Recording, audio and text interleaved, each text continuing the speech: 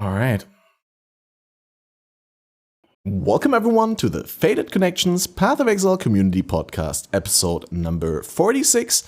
Tonight we have a big celebration because, as I actually found out on the Reddit, I wouldn't have known by myself because I came in late, but it's actually the 8th anniversary, the 8th birthday of Path of Exile, because Path of Exile was released on the 23rd of January 2013. That was the first day of open beta. And tonight we're going to talk all about the current expansion, Echoes of the Atlas, and the league mechanic that has been released alongside it, the Ritual League. And for that, BalorMage and I welcome GhazzyTV and PathOfMatth. Hi Ghazzy, how are you doing? Doing great. I got myself some red wine, finished my last beer. Doing great, dude. How you doing? I'm great. Thanks for asking. I'm hyped to be here with you. Math, do you want to quickly say hi to everyone? Well, this is awesome. I've never really been on a podcast. I was on one podcast like ages ago when I was a teeny tiny content creator. So it feels good to actually get invited to another one. I quite enjoy those, actually. It's always great to talk with peers about this amazing game. So yeah, glad to have you here. And Balor, what have you been up to? Spending way too much money on golem builds or just league start builds in general. All right. I've never actively tried to make money from day one. Like I just usually casually play. This time I picked a build that was quite expensive and was going to go up in price. And I was like, all right, so we're going to start on day one and make money. Like that's the plan. And the amount of extra money you can make when it's your goal on day one is very high. All right. So you started directly with the golems for money making, or did you have like a different story? The league started on golems, and I've not made this much money before. Yesterday, we made 1.5 headhunters. We started the day with 4 doctor cards just sitting in the stash and was like, okay, we need headhunters today. And so we just finished both of them. And now we got 2. And that's a group effort, or that's mostly solo play? Yeah, right. Although mostly just 2 of us. I mean, there's 4 of us, but money making is coming mostly from the 2 of us now. No. Maybe not. I don't know. It's hard to tell. It's hard to tell because we don't track. We just put stuff in the guild bank. So, yeah. That's great. Of course, we want to hear from everyone really quickly what they've been starting. Ghazzy, what's your go-to starter build this league? What did you decide out of your many suggestions that you give to the community in your videos always? Well, I had to see if the Mage Skelly buffs were enough to fix the fundamental issues with them, which they did. I just hate the playstyle, and I can't be arsed to do another Lich Queen since I've done that too many times over the last 7 years. So I just went over to basically tell Reddit to hold my rum and show people that Spectres are amazing, and I did. And here we are. We're going to talk about it later, Balor. You and me. It's on, dude. Wait, just for my quick understanding, what Lich Queen is which build? And you're talking about your league start was Mage Skeletons as clear and then Spectres as single target.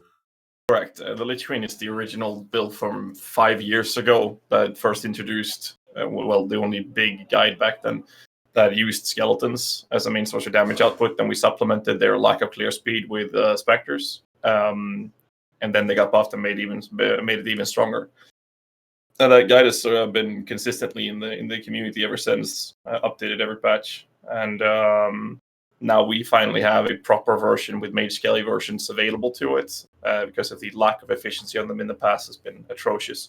But the buffs to them is actually absolutely crazy. I just don't like resummoning skeletons every second pack.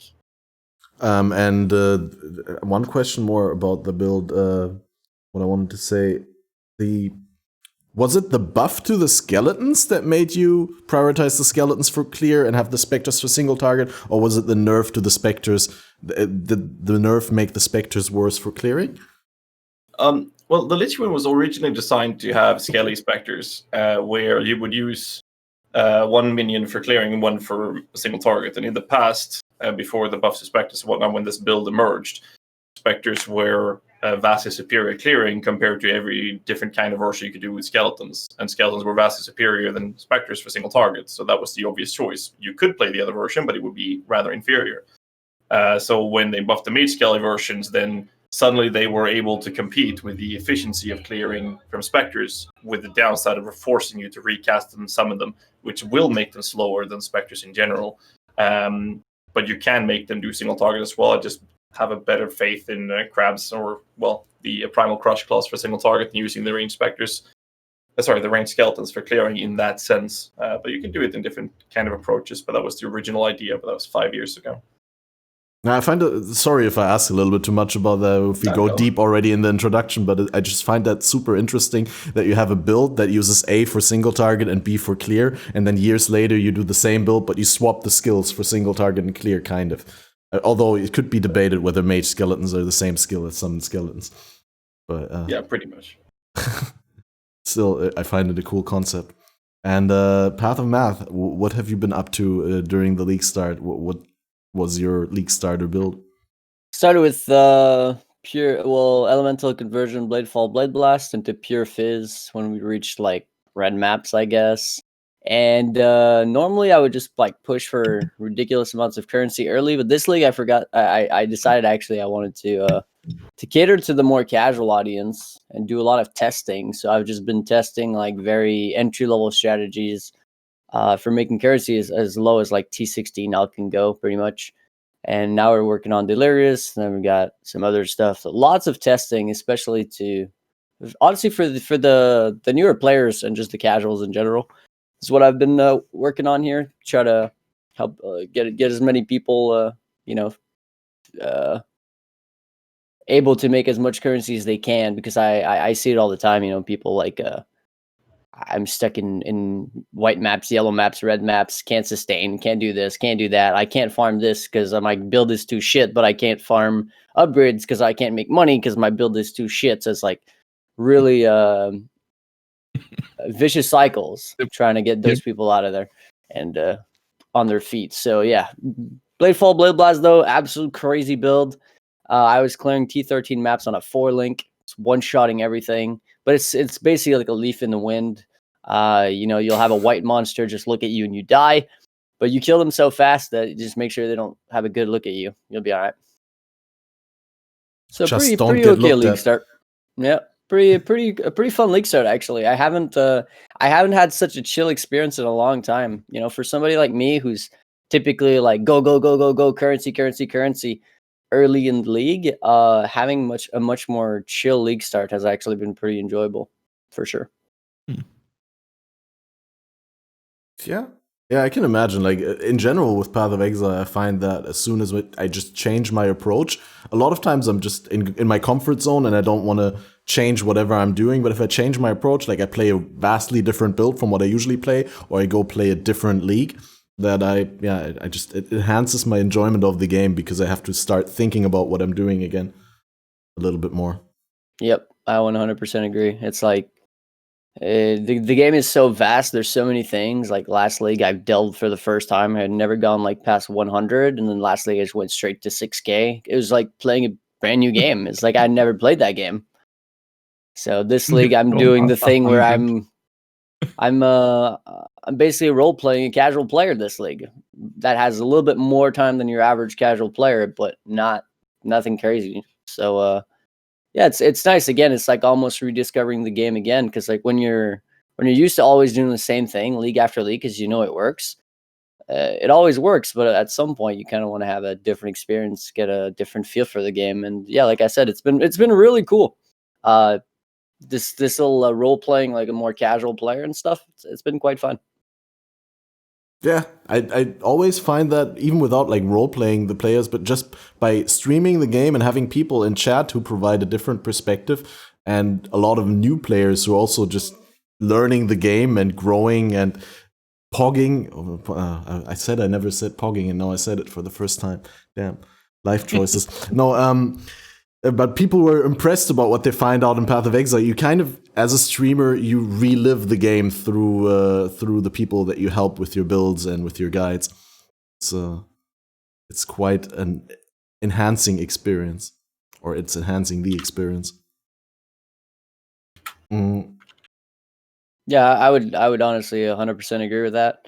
It's like personally, my enjoyment out of PoE now that like I've done everything. Like once you've done everything, it feels like you've done everything. Like what I've come to actually really enjoy is just making sure that other people get to that point where they can enjoy like every aspect of the game. So that's what I've been focusing on lately, is just trying to get people to be able to, get to further in the game.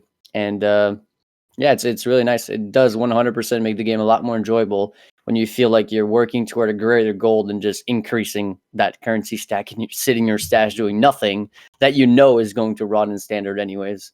So pretty cool. Yeah, awesome. Well, let's dive right into rituals. Did your starter builds perform well in rituals? Should we do the same round again? Or should I, wait, maybe I should say what I started as.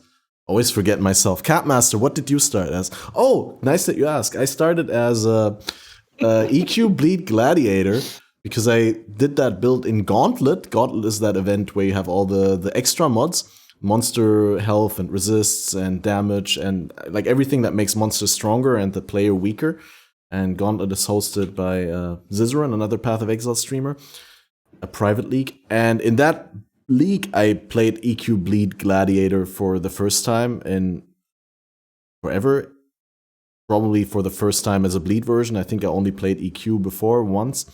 And I thought it was so good and so easy leveling that it actually made the Gauntlet feel like almost a regular league. So when they announced that this is going to be a big boss Atlas expansion, I was like, okay, gotta do a lot of bossing, probably gonna go with the full block Gladiator that gets so much survivability and still reasonable damage. And that went well. I'm trying to think. I can remember one really, really good axe I got in Act 3 on my first run when I started. That lasted me until I died in Act 6 to reading something on my stream PC and not looking while I was in a zone. I hadn't poured it out. But it seems that rituals already early on kind of use that loot mechanic where they roll the item multiple times and give you the best possible outcome, because that axe was just insane at flat fizz, increased fizz, and the bleed mod, and it was just so good. Did you guys engage a lot early on with ritual, and if so, did you feel like it was sufficiently rewarding? Did you get some good upgrades early on? Well, there was this bug. There was this bug where you could link the item in chat so you could see the imprint of it, allowing you to see the name. The hidden items in Ritual, you mean? Yeah. So you could check if there's a blue item. You could determine the exact tier of mods by looking at the prefix and suffix names. You could see if there was a unique. I didn't personally abuse this much. Much, yes. I only made it enough to make a video, and then I moved on. I didn't get anything that I wanted from making the video, and then I didn't do it. But that was the thing for X amount of hours. And that's how a lot of people had their gold rims and wanderlust and tabulas in the first couple of hours of the league because of that, which was kind of sad. But after that, I kind of completely neglected the ritual just to push up to mapping, and then I did everything in maps because the rewards were really, really good. Like you said, with I think that the loot system they have with the rituals is crazy good because you don't get this clutter of shit you don't want, and you can choose the ones you actually want. And if you have points left over, you don't know what to buy, then you just get the alterations, because during the market price for alterations now are pretty obnoxious. So that's always a good decision. But no, not during the acts. After they fixed that, I stopped. Like every time I ran into a ritual, I always did the first one and I checked it and then I moved on. But I didn't go back to the early acts to farm the level uniques. I figured that was a waste of time because I still have a tab below when I get to Act 10 anyways. Yeah, personally, when it comes to any league mechanic, I don't really interact with them while leveling. I'm a little sweat lord, so I try to just get to maps as fast as possible, get those 4-hour map times. Don't interact with any of those mechanics. I tend to pick builds that can literally kill Kitava on a 0 link all white items because that's typically what happens. Like I get there with maybe if I'm lucky, I have 2 4 links and my items are mostly white. If I'm lucky, I have 1 or 2 rare pieces, but I don't pick up anything and I just throw my body at bosses. I'm a softcore pleb, so deaths on deaths. It doesn't matter so long as I get there quick. So didn't do that at all. But then as soon as I got to maps, I actually started doing the ritual mechanic, and man, people were linking me doctors, tabulas, left and right. The Fiend, which is another card for the head hunter. Like people were linking me crazy stuff left and right. I was like, okay, like this mechanic is broken. I'm just gonna interact with it. So I did, in literally every single map. And after playing for like 21 hours straight, I got like 2x from it. I was like, wait, no, that wasn't that good. Shouldn't have done that. So I actually regret my time because it was a lot of clicking and a lot of like, it slows down the actual game a lot, right? Because you're just stuck in that little zone for what, like 20-30 seconds at a time, 3 times per map. Early in the mapping session, we're talking about nearly doubling the amount of time spent in your maps on average for a lot of like casual players or just slower players. It's actually a lot of currency. Those little 2 chaos, 3 chaos, 4 chaos there, a tabula here. But for the sweat lords, it's actually not worth it at all. But it wasn't too bad though, and I quite enjoyed it. I quite enjoyed the actual league mechanic. Having that many extra monsters in your map made doing the chaos recipe so easy. Those rings and amulets were just the same tier than it was with heist, and that was hard to beat for chaos recipe farmers. If you're just alking a map, I think that it nearly doubles the amount of monsters in the map. Like it's totally worth doing at low investments. Yeah. Like anyone that isn't rolling a bunch of sextants and putting in a bunch of scarabs and like re-rolling maps for like 85 plus and like all the super juice things. Like if you're just an alk and go map, those are super efficient. Like they're really worth doing at that level. Absolutely. But they don't scale as well with juice as other things can. So at a certain point, you've juiced your map so much that the little that's left in ritual just isn't worth doing anymore. And I kind of think that's okay. I'd actually kind of disagree with that. Like I'm doing at this point, I'm doing tests with like 40%, 20%, 60% delirious, and I even done like some 80 and 100% off stream. And no, I do ritual every single map because the amount of monsters, like you said, it nearly doubles the monsters in your map in Alk and Go maps. And even if you're giga juicing, it adds so many monsters to your maps. There's no reason not to do it. I was gonna say because beyond. Like if I have beyond, I stop. Yeah, no, I still do it. I put beyond. I put my delirious. I put my scarabs. I put my sextants. I put all the juice in my maps, and I still do it because it adds so many monsters. And I feel there's no reason not to. Because if the monsters didn't drop anything and it was just purely from the thing at the end, then I probably wouldn't do it. But they also drop stuff, and I don't think I've ever seen a league in my life where map sustain has been as OP as this league. You can Alk and Go T16s. Literally, not even like put anything else than chisel and alks. You don't even have to val them. You don't even have to put any sextant, any scarabs. Alk and Go T16s, and you can sustain. And I haven't seen that in any leagues for a very long time. I'm doing that is insane.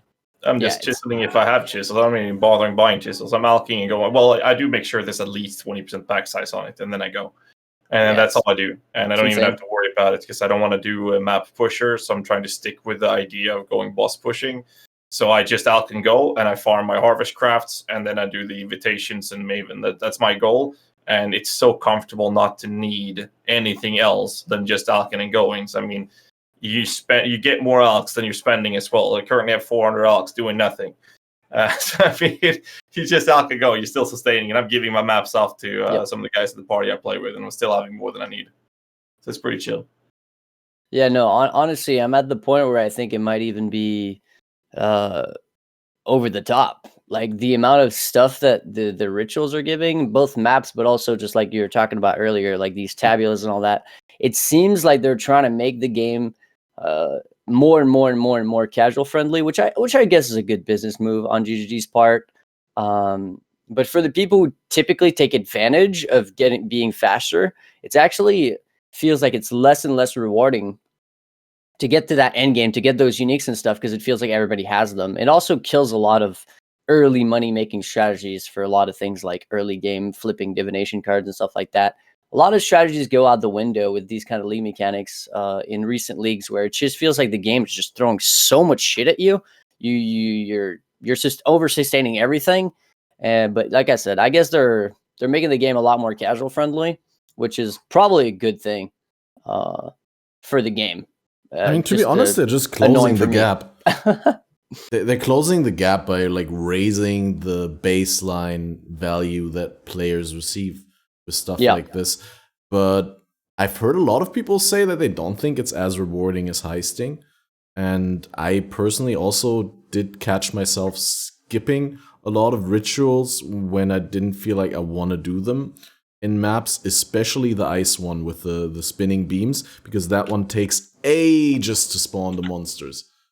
But in general, I thought that ritual, even though I haven't done fully juiced content yet, or highly invested content with like 4 sextants and 3-4 scarabs and all kinds of extra stuff, highly rolled maps and so on, I did think that ritual is great because it does scale with investment into maps. Like heist didn't, because you'd only get I mean, I guess you maybe got more points from the smugglers thing in your maps, more rope markers. But with ritual, you actually, when you spawn more monsters in the map, there's also a higher likeliness that there's more monsters in the ritual circle. And not only do you get to kill them once, but the monsters that you killed in the first ritual spawn in the second ritual as well. And then the monsters that you killed in the first 2 rituals spawn in the third, and the last one spawns all the monsters again. So it can actually be a crazy multiplier, at least in theory. Like I said, I didn't have any experience with it, but it's interesting to hear that there's such a big difference in how you guys perceive it. No, like I said, I think it's worth doing. Like I do it in my dealers maps, and that's pretty much as high as it gets in terms of content. Like I actually think it adds so much to your maps that there's no reason not to do it. Even if most of the time, the actual value of doing a full set of 3 rituals in high tier maps, you probably get about maybe an average of 5 to 10 chaos a map, which is definitely a lot less than you would get in a heist. But at least it's in your map. You don't have to go. Well, first off, you don't have to open doors, which is pretty good. But it's also like in map experience. So you can literally just turn your brain off and blast, and next thing you know, you're just getting those extra little rewards here and there. And I feel like eventually you're gonna get lucky. You're gonna get those big drops. So I think if you're anything outside of the 1% that they tend to call like, streamers, there's no reason not to do them. Like I think they're actually worth it all the way up to the very end game. And I personally do them as well. But sometimes I catch myself wondering, maybe I shouldn't be doing them. Maybe I should be skipping this. Maybe it's not efficient. But I don't know. For some reason, when I see that little thing, I can't help myself but to click on it. Yeah, I know that feeling. Yeah. Even when I'm supposed to skip them, I'm like, but I could pass it and stand here, and mobs come to me, and I like it. Exactly. It's good. I don't even know if I've ever looked at that, but they give XP, right? Too. Yeah. That's a massive multiplier to your XP on a map-to-map basis. And my favorite part is that they all summon beyond. Yeah. That's like by far my favorite. By the time you get to the third one, you'll be fighting like 6 bosses in just this one little tiny. Yeah, I don't like that on my build. I'm playing a cast on crit, fucking 4K life, 0 defense assassin. I'm not a fan of that one. But it I'm does playing add like an juice. 88 max res, 48% physical taken as element golem build. Just stand in the middle. Well, what's your damage can just output put my- on that build now? Just under 20 mil. Alright. Yeah, I feel like that build's gonna die next league, just like Aura Stacker did. This build is an Aura Stacker. That's why it's so good. Yeah, they haven't quite killed Aura Stackers yet. Not as much as they maybe should have. I'm glad that they did what they did though, because it's been a lot cheaper than it would have been if they didn't.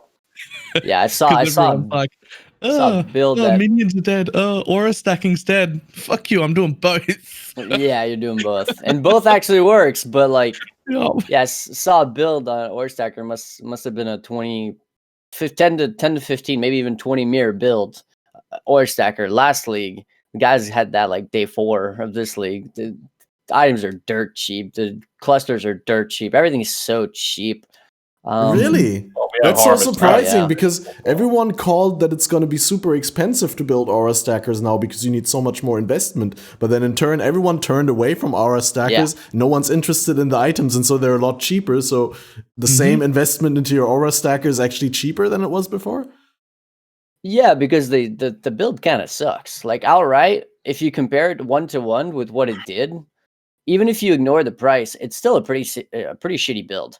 Like, you can make probably just a regular Blade Vortex character do way more damage and be faster at clearing maps, and probably be tankier because reaching 90 all res is not even really viable anymore. So yeah, unless you're like making the build almost nearly perfect, it's not that good of a build. But a lot of people tell me like, oh yeah, but you can harvest graft, or like you can still run T16s, you can still do Delirious maps, you can still do Simulacrum, but it's like, yeah, but you can do that on so many other builds that will literally cost you a handful of exalts. So like, why build an Aura Stacker? I don't know. Personally, I reached like what was pretty much the nearly as high gear as possible last league in Heist on my Aura Stacker. Like, I pushed 6K delve on a fucking Aura Stacker, which is like unheard of. That's how insane that build was. So now just looking at the numbers on the new one, even if I know technically it does all the content of the game, I'm just like, ugh. It's like, ugh. When you exactly strong. Not even half. No, it's like 90% less strong. We go from 500 million damage to 50 million, and for most people it's like 50 million, that's 10 times more damage than I have. I mean, even 50 million is probably not achievable outside of pure burst, but yeah, I don't know, it just doesn't feel right for me. I feel like I don't want to break this image that I've created of what an Aura Stacker should be in my mind after playing the nearly min-max version, I guess. I mean, I think that the Aura stacking and Spectre Nerves and changes the Golem, I think that they've done a really good job in toning down the absolute high-end game investment powers, because we're not, well, we are, but it requires a little bit more to reach the point where we're completely trivializing all content except delving. And I think that's a fair way to approach it, whereas some changes have hurt the overpoweredness of Zero, Soul Self-Found, get a tablet equipped and kill everything in the game builds. I think they kind of balance them out quite a lot. I mean, I know we're going to have a bit of a topic soon coming, I guess, with the Golems versus Spectres, but it's like looking at Golems, for example, they're still very, very good, especially with a lower budget. You get the low life setup going, and then you have yourself with really high extra max rest, and it doesn't cost that much. I mean, Balor, how much have you invested into your build right now, just out of the blue? 10, 15, 20? The build's probably worth 150 if I resell it. Yeah. But I've probably only spent about 40. I mean, so you spent 40x on it, and I mean, your case, you had what, 88, 86, 87% rest or something like that? Yeah, 87 and 88. And you have what, how much ES you got on that? Just under 7K. So just under 7K with that rest, and you're doing about just under 20 mil DPS. And I mean, looking at that investment and compare that to 48% fizz taken as elements as yeah, well. that as well. So it's like really tanky, and you can compare something like that with, for example, the Spectre builds, which I have a Spectre build I've invested just under 20x in.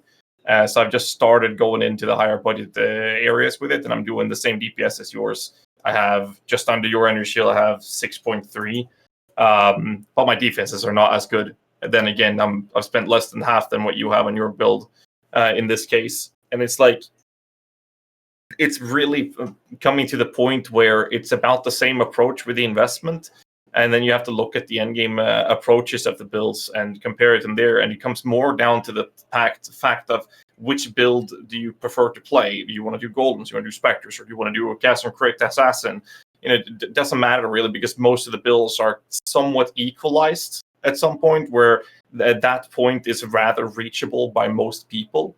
And then you have the extreme budgets, of course, when you start talking about mirror service to your gear, which is going to excel. And at that point, we're going to see builds that will be better efficient, have better efficiency than others. And we'll see how that meta turns out. But then again, even if that meta, when that meta reveals itself, that's still going to be a very small percentage of players playing that.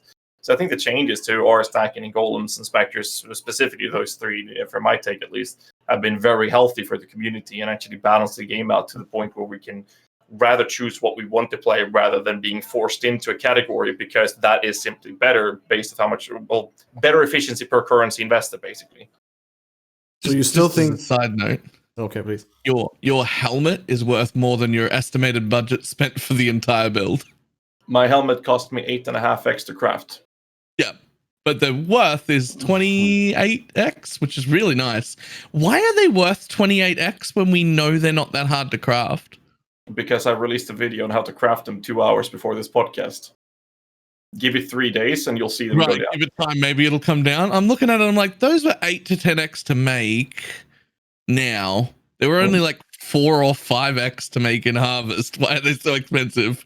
Oh, you use the People Elder helmet. forget. Sorry? People forget. Yeah, like I already had it. The thing is, you buy an Elder helmet or with a Bone helmet or a Shaper, right? And in the past, that's been expensive. People are crazy over the DD builds right now, so the Elder helmets are expensive for that reason.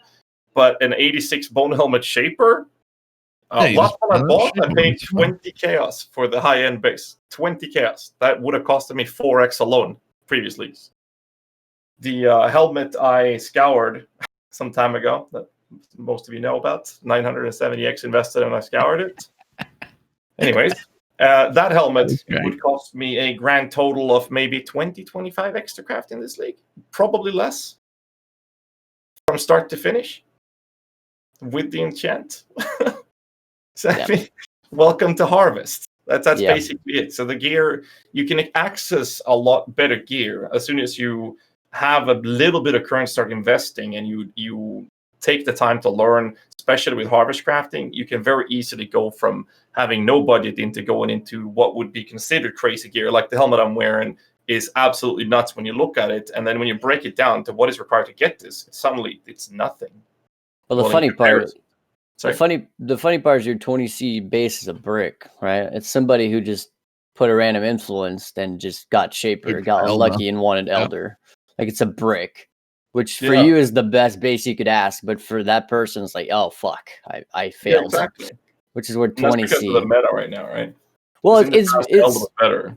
It's because the rare harvest crafts, things like remove ads, seem to be pretty rare now, especially due to how like rare harvest is in general. But the things like add a random influence seem to be super common.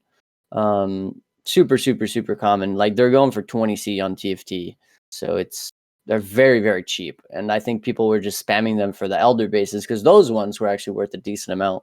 I'm not sure if they still are, but to go back on the topic of the whole Orb stacker nerf, I somewhat disagree with it though, because I think having a build that you can actually pour like thousands of exalts into, even if it means it's only for, a very small part of the population, it's still Absolutely. nice. It's really boring to be a player who can technically make those thousands of exalts and have nothing to do with them, because there's no build that requires that level of investment or anywhere near. Like, even if you were to take a fully mirrored gear character, which is about as expensive as it gets. Let's say mirrors are, I don't know, 500x around the middle of the league or something. You take 10 of them because you have 10 slots. That's 5,000x plus the mirror fees. Let's just say 7,000. Of course, that's a lot. I'm exaggerating here. That's a lot of currency. But for some people, somehow that's not that much. And they want those builds where they can actually put 20, 30, 40, 50, as many mirrors as they can actually make, because it gives them a reason to even play the game. And that's kind of what Ore Stacker was for me. And now when it died, I kind of felt like, oh, I've got no build now to actually look forward to that I can just dump literally hundreds, if not thousands of fucking hours to try to min-max. That's just gone. There's not a single build in the game that you can actually do that with. Ore Stacker was the one and only, and now it's... Can you not technically still dump that amount of currency into an aura stacker? I mean, like, the items and everything still exists. It's just basically what you're saying is that the power level has been brought down so much that you don't feel that there's a reason to pour that much into a build. No, the when there's other builds that Yeah. are cheaper. You The could price now also get brought the up a lot. perfect gear for Yeah. 1/10 or even Less. 1/20th of the price. Yeah, like Yeah. I said, the guy on like day 3 or 4 had a shout out to Brazilian streamer, had like a Ore Stacker, which last league probably would have been worth anywhere between 10 and 20 mirrors. I'm not sure. It kind of depends when in the league, because there was crazy inflation prices. But 10 to 20 mirrors on day 3. Trust me, he didn't make 10 mirrors on 3 days. Nobody makes that much. So yeah, the items were just dirt cheap. So while the items still exist, nobody cares about them. So there's no inflation on the price. There's no demand. So what happens? People just undercut until somebody's willing to pay whatever price is. So if you take, let's just say, a very common piece of gear, Call of the Brotherhood with like a Wrath Corruption or a Zealotry or whatever, you take one of those, and now that last league, even at the start of a league, a corruption one would have been like 20 to 30x, and it reached all the way up to like nearly a mirror for that. Especially if you had like a good second stat with it, like double corrupted. Now it's probably a handful of blacksmith whetstones for one of those. Like nobody gives a shit about them anymore. So even if the item still exists, since nobody really cares about it, the price isn't there. Like there's no, even if technically, yeah, you could remake my exact Ore Stacker, because all the items are still in the game. Well, except I guess the clusters have changed, but technically they're still there. They're just changed. It would cost you not even a small fraction. It would be a minuscule fraction of what it would cost me last league to make my Ore Stacker. And that's a little boring, I feel, for a lot of people. Kind of have to look for that new build, and then Harvest is core now. So you'd think, okay, I'm gonna play like a BV character. I'm gonna try to max it out as much as possible, and that would cost you quite a bit, especially if you're self-crafting items. But now that Harvest is back, that's kind of been trivialized as well. So the incentives to play a lot feels like there's less and less and less. No, I can agree with this whole idea of having these chase builds, if you will, where those players can go down and actually head down that rabbit hole and just sink everything into it. I actually really like that. Like my focus is to do one character that carries bosses for people, and that's going to be fun in this league because of Echoes of the Atlas. But there's a roof that where it's no longer worth investing more, and there's also a roof of this is now min-maxed. That we reached it in Harvest. There was nothing we could do to make the build better, literally nothing. And at that point, it's like, okay, I've divined everything to perfection. I even bothered divining an item or a jewel to get 1% attack speed, which was not noticeable. I did it to have perfect gear across the board, and that's not even worth doing. And it was still a lot cheaper than what the aura stacking build cost at that point. And we ended up having, me and Kaka, we had one of my moderators I play with. We ended up having 2000x liquid in our stash. We decided to mirror card gamble, which we ended up profiting with. So we started deleting currency, and we still had more left to go. And I was like, okay, what are we going to do now? That's also just for a very small percentage of the player that reaches this point, right? But I think it's good to have, because if we rewind back a couple of years, we had chase items being, Headhunter, but prior to that, we also had these Chevron's Wrappings was like the big item. Shit, you're a low-life build. You are super expensive gear right now. That was the big thing people went for.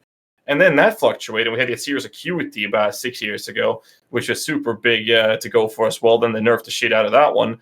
And then it just kind of panned down to being the only big chase item was really mega corrupted items and or headhunters. And then the headhunter farming strategies emerged, and that just destroyed that market. And now everything's just dropping like flies. And I think that's we're going back to what you guys talked about before, where the game is more. I don't want to say the word because that's how I treat how I've explained Diablo, but the game is turning more and more casualized.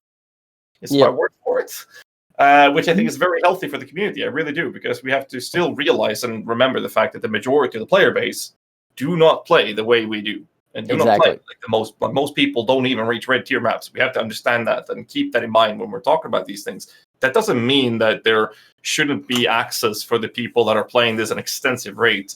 An obnoxious, unhealthy amount of hours to reach those goals, and there should be an availability for that to happen.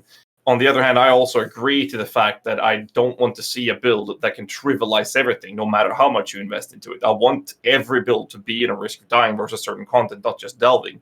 But I would like to see the possibility to minimize that risk to a drastically small amount. And I think the R-Stacker was really good at that. Where now with the nerfs in, it's you can still die on it. It's just gonna require a lot of firepower. But the problem is that the items are too cheap for it to get that sync goal in for those type of players. But I don't know. I think it's good at the same time as it does affect that type of player. But for the general community, I think it's a healthy change. Yeah, like I said, I think it's a good. It's all business in the end, right? They're a business trying to make money, and I think casualizing any game is pretty much the way to make more money, right? You get more people to play and enjoy your game, playing multiple builds, buying more MTX. It's a business, and in terms of business model, it's a lot better to focus on the 90% than to focus on 10%. Even the 10% play more, so maybe they're more likely to buy these MTX and all that. You still have 9 times more people if you focus on the other 90% of the game. So from a business perspective, it makes complete sense. It's just annoying for these 1%ers, right? Who, like you said, it's a very small portion of the community who's even able to do those things or get to that level. But for those who do, it's kind of nice to have something to do. But I mean, on the bright side, PoE is a super broad game, so there's so many different avenues of different playstyles. Like I said, you could literally just ignore the whole game and just focus on just delve. And if most people would probably take the entire league just to get to 6K on a delving build. That's one whole league that you didn't interact with anything else in delve, right? And then you could probably do that with boss killing to try to get those bosses to be able to do them with your eyes closed, right? Because there's not just Cyrus, there's not just Elder. Now there's Maven, there's your Conquerors, there's like if you wanted to truly min-max your ability to kill bosses, you could spend a lot of time to learn them all like crazy well. So at least we have a lot of different things we can do. You could, I mean, I don't even know how long it would take to learn to craft. It would probably take years for some people to learn to craft properly. Especially now with Harvest, it does make things easy, but also makes things a lot more complicated because it's not just, throw a few fossils on that thing until you get lucky. It's more so deterministic, trying to figure out the exact way to get certain things. So, yeah, it's more accessible, but at the same time, it requires more knowledge of the game mechanics. Yep. I think it's interesting that you said that the game gets casualized, because on the one hand, I agree with that, and that's something that I always say on stream, like that the game is just a completely different game from when I started playing it in terms of how punishing it feels and how the gameplay in general feels, like how my feeling towards monsters is, because in the beginning I was really scared of monsters, and nowadays you just stomp hundreds of monsters by just running over them without actually caring about them. And I've always looked at it like this, though. It's like the game has a landscape of difficulty, say, like a mountain range, right? And then you have Atziri, and then you have Uber Atziri somewhere there, and somewhere in between it's Shaper and Elder and that sort of stuff. And by power creep on the player side, and by making things more accessible, giving players more power, that landscape is slowly eroded down over time, just like rain on a natural mountain range would take down the mountaintops over time. But then every once in a while, GGG comes and adds some new high mountain peaks, right? That in between those eroded mountain peaks are now the highest new peaks. And they did add a whole bunch of new endgame content this time, which I would see as new peaks. But do you still feel that the game on the whole has become more casual? Or because I think there's a lot of endgame content to aspire to now, but maybe you guys see that a little bit different, seeing that I'm from the hardcore solo self-found super elitist standpoint where I actually haven't experienced most of the new endgame content because my build's just not there yet.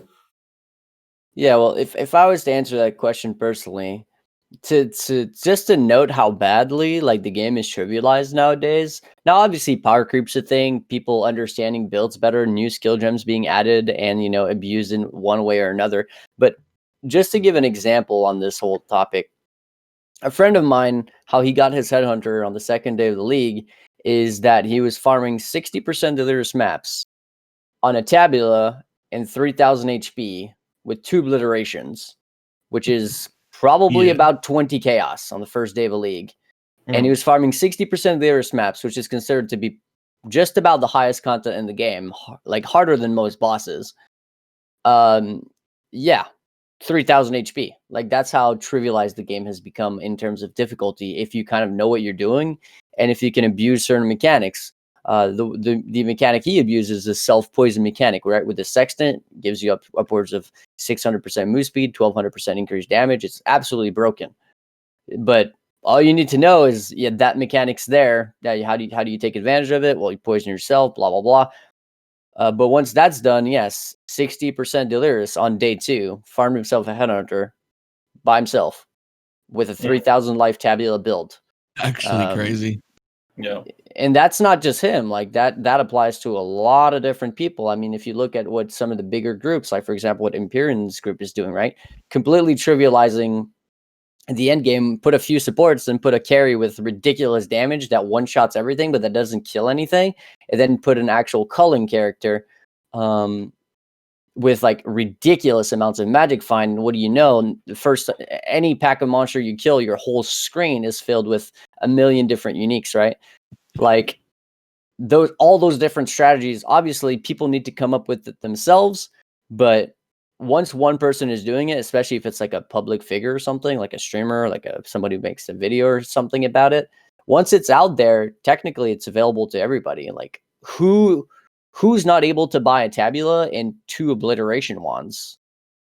No, I get that. Unless you're just not playing, at all. Like the game isn't installed. But yeah, go for it, Ghazzy. So, interestingly enough, I feel like most of this expansion that just happened was aimed at the 1% or the 0.1%. Yeah. Yeah. I feel like we got a lot out of it, and more casual people got a lot less out of it. Well, they still get the raised baseline of stuff. They get the harvest, they get the sick rewards from the league, and they get to do more content than they ever did before because of that raised power level. But like how do I just so like I still haven't gotten all of Maven's quest lines done. Playtime. Now I haven't been focused 100% on it, or I could have finished it, but there are still zones I haven't finished doing. That's a lot of I've already played more than a lot of people play in the entire league. Yeah. And it hasn't been my focus, but I'm not even done with just the progression of getting the passive points. Like there's a lot of work to be done there, right? Like it's a lot. And like they put in harvest, which is great, except I don't think harvest is very good for most players. In its current implementation, it's kind of garbage for everyone, unless you've got the money to back it up and you can go and buy crafts when you need them. And so if you're in that 0.1% that can spend, 40, 50, 100, 200 exalts crafting and buying from trade servers and stuff, you can make the most disgusting stuff. But everyone who's like average Joe gets to play 2 hours a day, doesn't have that sort of money, can't spend their time on Discord looking for crafts. They can still sell them. Yeah, they can exactly. Sell them. It's still really good money. Like I made 14x before like a day ago. I made 14x in probably 10 minutes. I sold 9 That's crafts. because we don't consider sitting on TFT and like posting there Yeah. and then doing the trades. We don't consider that a problem. No, but And I would say I don't that think it should be considered a problem to 99% anybody. of people playing aren't doing that. But that. I feel like at that point though, like that's like the thing. The argument about TFT is the same thing if you were to argue that using a custom filter that's not provided by GGG is what like 90% of people aren't doing it. It's like, what's the difference between a loot filter or like the chaos recipe tool and then going to TFT? In the end, it's all a question about resources, and the resources are available to everybody. And I mean, if they spend even just any sort of time, either they're watching streams or even watching YouTube videos, all the resources are there. Like, there's not a whole lot of things that are just secret, if you will. So I think it's a question of, well, either they're lazy or they don't care. If they don't care, then they're probably not part of the conversation anyways. And if they're lazy, then fuck, whose fault is it, right? At some point, I feel like you kind of gotta be accountable to what you can and can't do based on just how you feel and what you actually want to do. Because TFT is not hard to get into. Like, you literally join the Discord server, then you go to want to sell and you post your craft, and that's that. I think the problem with Harvest, with the crafting, is that it is extremely sketchy for newer players till they learn how to use it. Once they've learned how to use a third-party tool that is moderated by community members, which have had some lashback in a recent Reddit post. We're not going to go into that one, I guess. Yeah. I'm just saying that to make a quick comment on it, I've had very good experiences with these moderators. Not the one that was mentioned, but the moderators from the servers handle things very well for the most part. And they're doing a good job because currently that is the best solution we have to a really terrible mechanic, or, well, not really a mechanic, but to a really terrible situation. That is the best solution we have to it.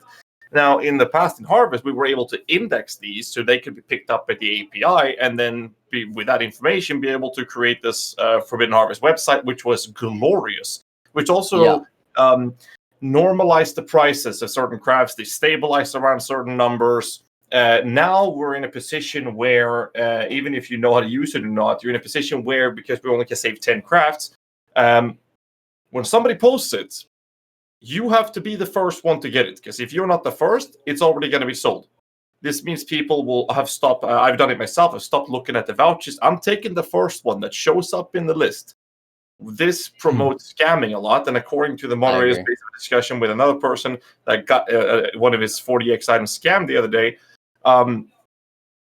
basically what happens is that we're no longer asking for collateral. We're no longer doing that because we have to be first. Otherwise, we're going to sit another 30 minutes, another 1 hour before we get that last craft we wanted. And that's a problem, especially for new players, especially for players that don't play that many hours, because then we end up in a position where they're going to do this because they're not going to get the craft. They're limited in time. They'll do that risky trade, and the result is that they're in a higher risk of getting scammed, lose all the shit, and that's going to be disheartening. Now, for me personally, I'm a person that considers every game just pixels on the screen.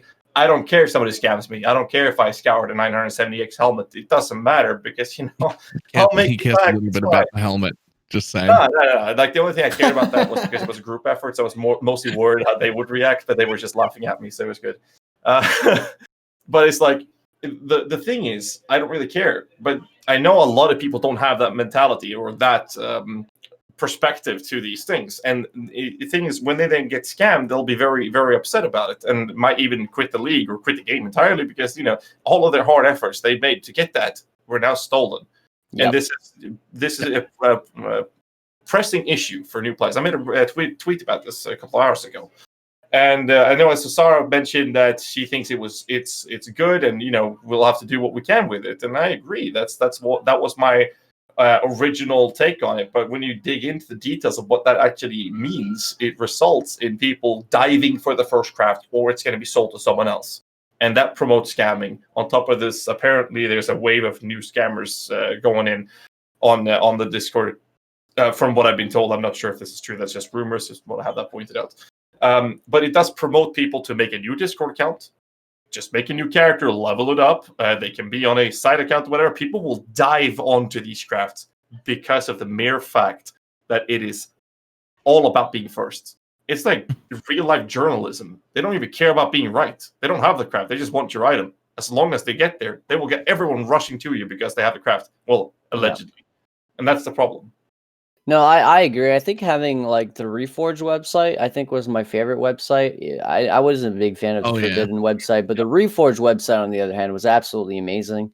And having something like that made by a third party random fucking dude, why can't we have like an actual proper API just for harvest crafting, or like, you know, like something different? We all know that API sucks sometimes. Like this league, it's been awful. It's been crazy how many times it's so, like last league it was good. I don't remember having too many issues, but this league it's been some of the worst I've ever experienced in terms of the API just going down and stuff. But I mean, I feel like having something just for harvest maybe, or I guess the feeling is that the idea for GG is they don't want this to be like a priority. They're like, you know, harvest is a side thing, and maybe they don't want people technically to go buy it from other players, because then it makes getting those GG 6T1 items kind of trivial, right? If you can just buy your way through it. If you're farming your own 6T1 items, it's going to take you weeks probably to get every single one of those crafts. Of course, it depends on the craft. Some of them are harder than others, but it's going to take you a long time to finish even one item. And I think that's the idea that GGG is going with here. But there's not many solutions, right? They added it to the game because people loved it, right? People loved it. So they decided, okay, we're going to go core with it, but we got to nerf it. It's way too strong. Now, having the 10 craft maximum is a good idea, in my opinion. It makes it pretty good for even solo self-found players. They can craft like crazy items in even solo self-found, but I think that's the worst part. There's no way. Yeah, but it makes it, you're right, it is the worst part, but it does make it somewhat balanced, because if it was 50 it wouldn't be balanced. Is it? I think that's the part that's causing all of the problems. I think, to be honest, and this is going to be again one of my 1% elitist mentality, and people are going to hate me for that, I just don't think you should be able to save them. If you get the craft, remove add cold, and you don't have a fucking item that you can remove add cold for it, too fucking bad, it's gone. Well, that was the original premise of the league, was you get these extremely powerful crafts, but you have to use them on the spot, and if you don't, then they're gone. Yeah. And then only they added the Hoardy crafting station, and it said, oh, it's going to be like some super endgame thing, and you won't be able to store a lot of crafts. And then, all of a sudden, people had like 10 quad tabs full of Hoardy crafting stations with crafts. Exactly. And that's... go for it, Ghazzy. I think that the GGG are the ones that needs to fix this, obviously. This is not like... TFT can't do better than they do. Sure, they've had some lashbacks, but for the most part, they've been doing a great job. They've done the best they can with what is provided, and they have a great tool for it. The problem lies on GGG. They either have the decision to not make it savable at all, but at that point, you'll have to craft on the spot, right? Which proves a lot of other difficulties. It also means that the trading will still happen on TFT, and people will have to come into the map on that spot right then and now. But it will minimize crafting, and only the ones who want to craft with harvest will then have to do that. Now, there is a couple of tricks to get yourself almost guaranteed harvest every map you're running, which is pretty crazy. So it's not that hard to farm the harvest. It's very easy to do. However, the other solution would be to follow the long list of suggestions by the community, anywhere from making the crafts orbs that you can sell with a limit, like basically you can only store 10 of these orbs or whatever, and then you sell them, or they can introduce the MMO style trading theme, where you put an item in a separate slot in a trade window, and they put a craft on it, like in World of Warcraft, you buy an enchant, whatever, right? They put the enchant on the item, you pay the fee, and you finish the trade, and the item will have that craft. That's a perfect solution to it as well. There's so many different suggestions, but GGG are the ones that need to take this step, and I think that's very important for the casual players, which is what they've been focusing on. Whereas the Echoes of the Atlas expansion has, to just make a small comment on the trivializing content, which has been a lot about clearing maps. I don't think that we have any direct boss killing trivializing builds that are very cheap to go about, and I think that the approach of trivializing endgame bosses is still there, but with a new introduction of certain bosses. Maven is not that hard though, when we're looking at the Fearing or the Forgotten and these big, juicy Uncharted Realm fights, they're not that hard. They're not that easy to trivialize. Now, if you know what you're doing, sure. But for a casual player, those are actually challenging and really cool, and I love that aspect of it. So I don't mind having maps being able, or generic map clearing being able to be trivialized for low amount of currency for specific approaches and abusing mechanics. I have no problems with that. I think that's healthy for the community, for new players to be able to do these things if they want to. Whereas the challenge currently in the league is more about the boss encounters and the clearing. But to go back to the harvest, I think that the generic approach lies in GG needs to do something about it to make it better for new players. We have the place is overrun with scammers, and it's just awful. Either make sure we can't trade it, which would be that would be amazing, because that also minimizes the overflown markets of super big crafted items, which has that impact on crafting and, well, the markets in general for both casual players and the top tier players. Or just make sure that trading is less attractive for scammers to enter, if that makes any sense. As far as I can think of, there's only one way to make it not tradable, and that's to account bound items as soon as you craft on them. China has that. China has that. Yeah, it's doable, but I don't think people will go. I don't think they'll go down there. People will complain way too much to be like, but I crafted this thing 2 weeks ago. I'm done with the build. I want to sell it. Yep. No, I agree. That's not. I don't think that's the way to go either. But to go back real quickly on what Ghazzy said about the whole bossing not being trivialized, I actually don't agree with that. I have some friends who get to Uber Elder easily on the first day of a league on a tabula and just trivialize the shit out of it. It's just called a minor. Minors will literally insta-phase everything. Those invitations.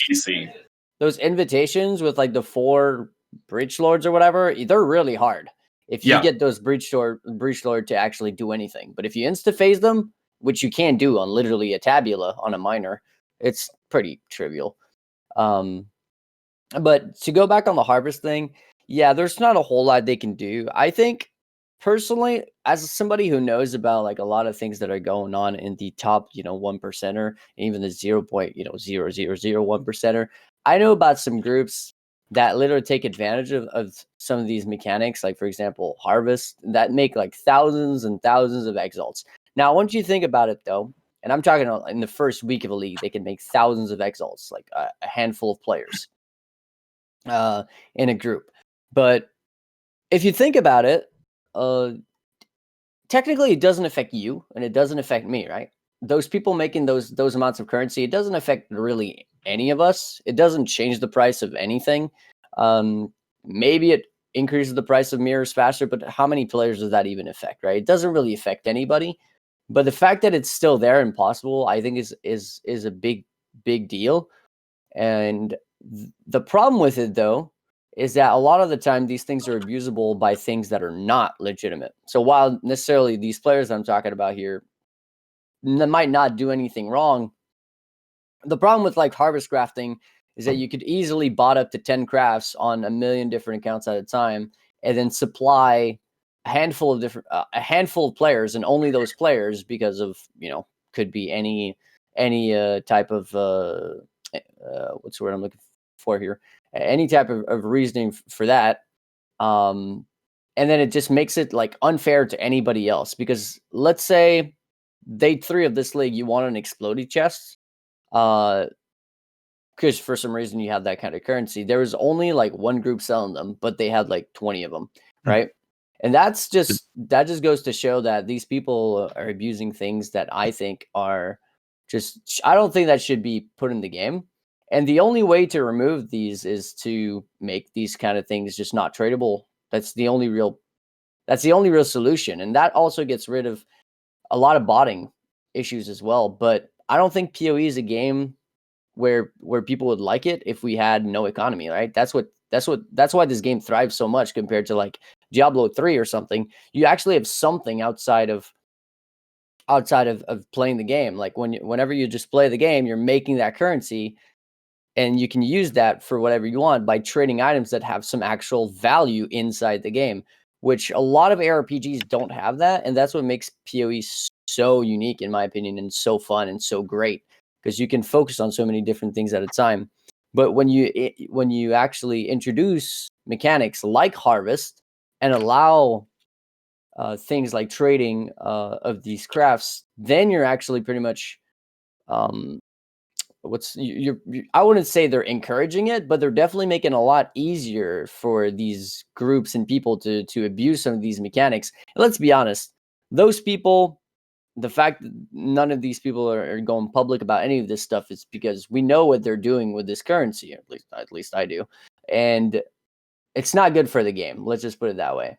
But obviously, I think that, like Ghazzy said, the solutions there's a lot, but I don't think any of them are particularly good.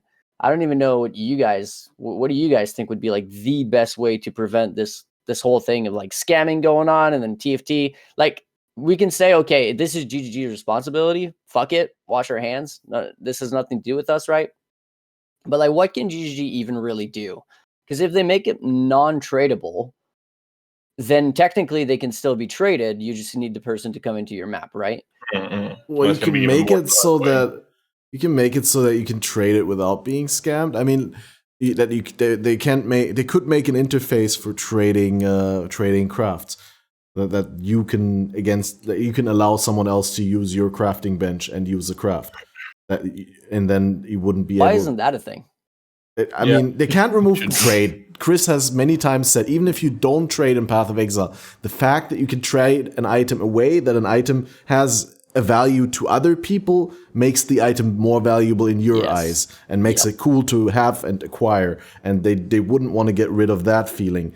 But I feel that the problem of getting scammed when you buy crafts is not something that was newly introduced with Harvest Going Core. That was something that even before the Master rework with Betrayal, people were being scammed for Master crafts with like insanely expensive items. And there's always been this sort of Wild West mentality for Path of Exile where people thought, or at least the developers I think thought, it's cool that you have to trust people and that you can get scammed. But it's at this point caused so many people so much frustration that I don't think it's adding anything to the game. It's not making the game better if there's just no way that you can feasibly trade something that you want to trade, something that is commonly traded and that is sort of intended to be traded by the game. If there's no safe way to do that trade interaction. And I have yeah, please, Ghazzy. I quickly have to tend to my cat. All right. I have two different approaches that I would like to see any of them work. One would be that you find the crafts and they would be craftable on the spot, and it would work like Betrayal Unveiling. That you will unlock that craft, and they just baseline the craft cost of that on the bench craft. I think that's a pretty stupid way to do it, but I think that could work. But my preferred strategy for this is to make the limit of 10 saved crafts, bring that down to 3, and make them orbs instead. Make them sellable orbs, but you can only have 3 of them. Because I think a lot of people won't bother going in trying to trade the ones in the map that you can pop at the place, and they would save the 3 that they can sell, and they would sell them. I think that would be a really nice way to do it. Remove the scam problems, and it wouldn't flood the market with crafts, making it too accessible for everyone to go for. Drop it down to 3, make them orbs. I would love to see that. I want to go the other way. I want like 50. No, and I'll defend that. I'll defend that because I don't want to use TFT. I don't find that version of trading fun. I want to make my own items. That makes sense. I can't make anything worth anything without 2 or 3 weeks worth of my playtime using only my own crafts. Yep. Like, I might need to use 35 add remove fires in a row. I can only keep 10 crafts, and that's 1 stat on my item. That's it. The only way Harvest is actually good, other than making just like an average, oh, look, here's a reforged fizz, I'll throw on an axe for a little bit. Yay, I've got a new axe. Like, the only way Harvest is good is if you trade it with other people right now. It's too slow, it's too or you get like really lucky on like one random craft here, which is roughly the equivalent of getting lucky and picking something good up off the floor. It's not really crafting. because we're stuck on 10, the only way it's useful is trading it through a Discord server controlled by someone else where you can get scammed. I don't even want to do that. Even if it was 100% safe, I don't want to do that. I want to make my own stuff, and I can't make my own stuff. All I can make is just average garbage items that I could pick up off the floor to like plug a hole in my gear. Like I can't really do anything cool with it because it's got a limit of 10.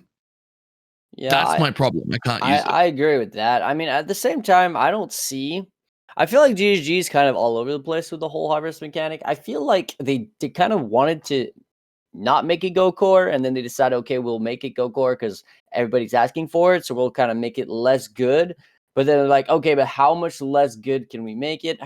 I feel like they instead of like choosing one route to go with, they kind of like tried to make everybody happy, and at the same time, I don't think they made anybody happy. Because the people who really wanted it and who wanted 50 crafts at a time, they get stuck with 10. They don't want to mess around with. I mean, think about solo self-found players, right? You can only save 10, and let's say you save, I don't know, remove add fire, remove add fizz, life, like really good ones. But your item requires remove add cold, and the next time you find a remove add cold, you have to give up one of these really good ones that you might need in the future. Like they're not thinking about solo self-found players whatsoever here, and that it's becoming more and more like a bigger and bigger part of the actual community. I feel like some of the biggest streamers are all solo self-found hardcore players. If you unless we're talking about Mathil, but outside of Mathil, if we look at like at least the Twitch community, it's pretty much all the bigger streamers are solo self-found hardcore players. So it's like, clearly it's a large part of the game that actually enjoy this playstyle, be it solo self-found or solo self-found hardcore as well, both of them. And these guys don't get access to trading, so they get messed up by that. But then if we take on the trade leagues side of things, the people who didn't want it at all, because they think it's broken and OP, and it kind of trivializes the value of items, because it really kind of does.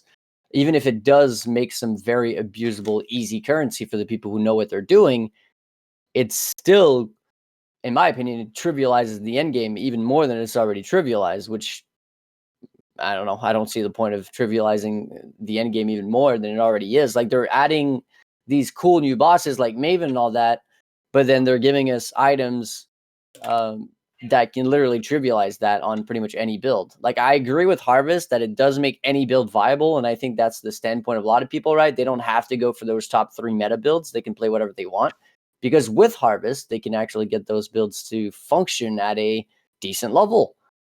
But yeah, I feel like they need to go either all in on one way or all in on the other way, because right now, the way that it's made is that it's not only promoting scamming, it's promoting botting, it's promoting people striking deals in order to abuse the mechanic that nobody else can really abuse on the same level.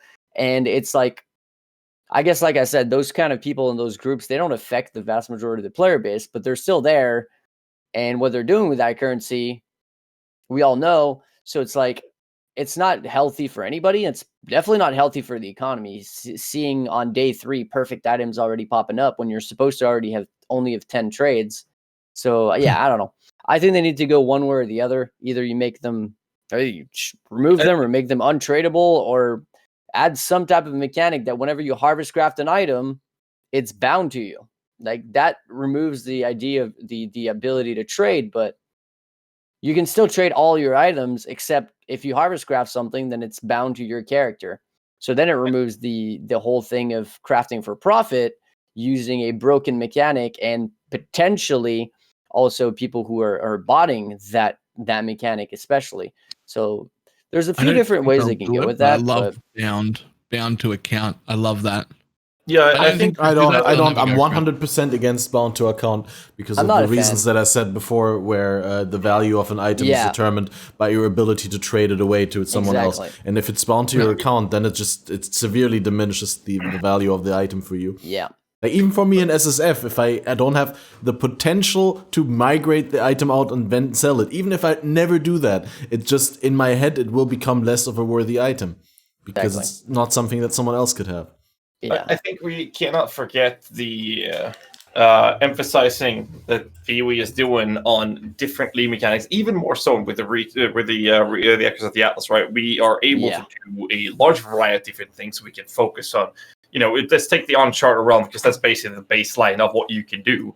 You have the availability to get extra additional use on sexton modifiers and increase the effect of them by 25%. This emphasizes and pressures up for the availability of pushing maps to a certain degree, and you can do that as your focus. You can actually farm bosses, even low-tier bosses if you want to, or lower-tier bosses like 11 plus at least.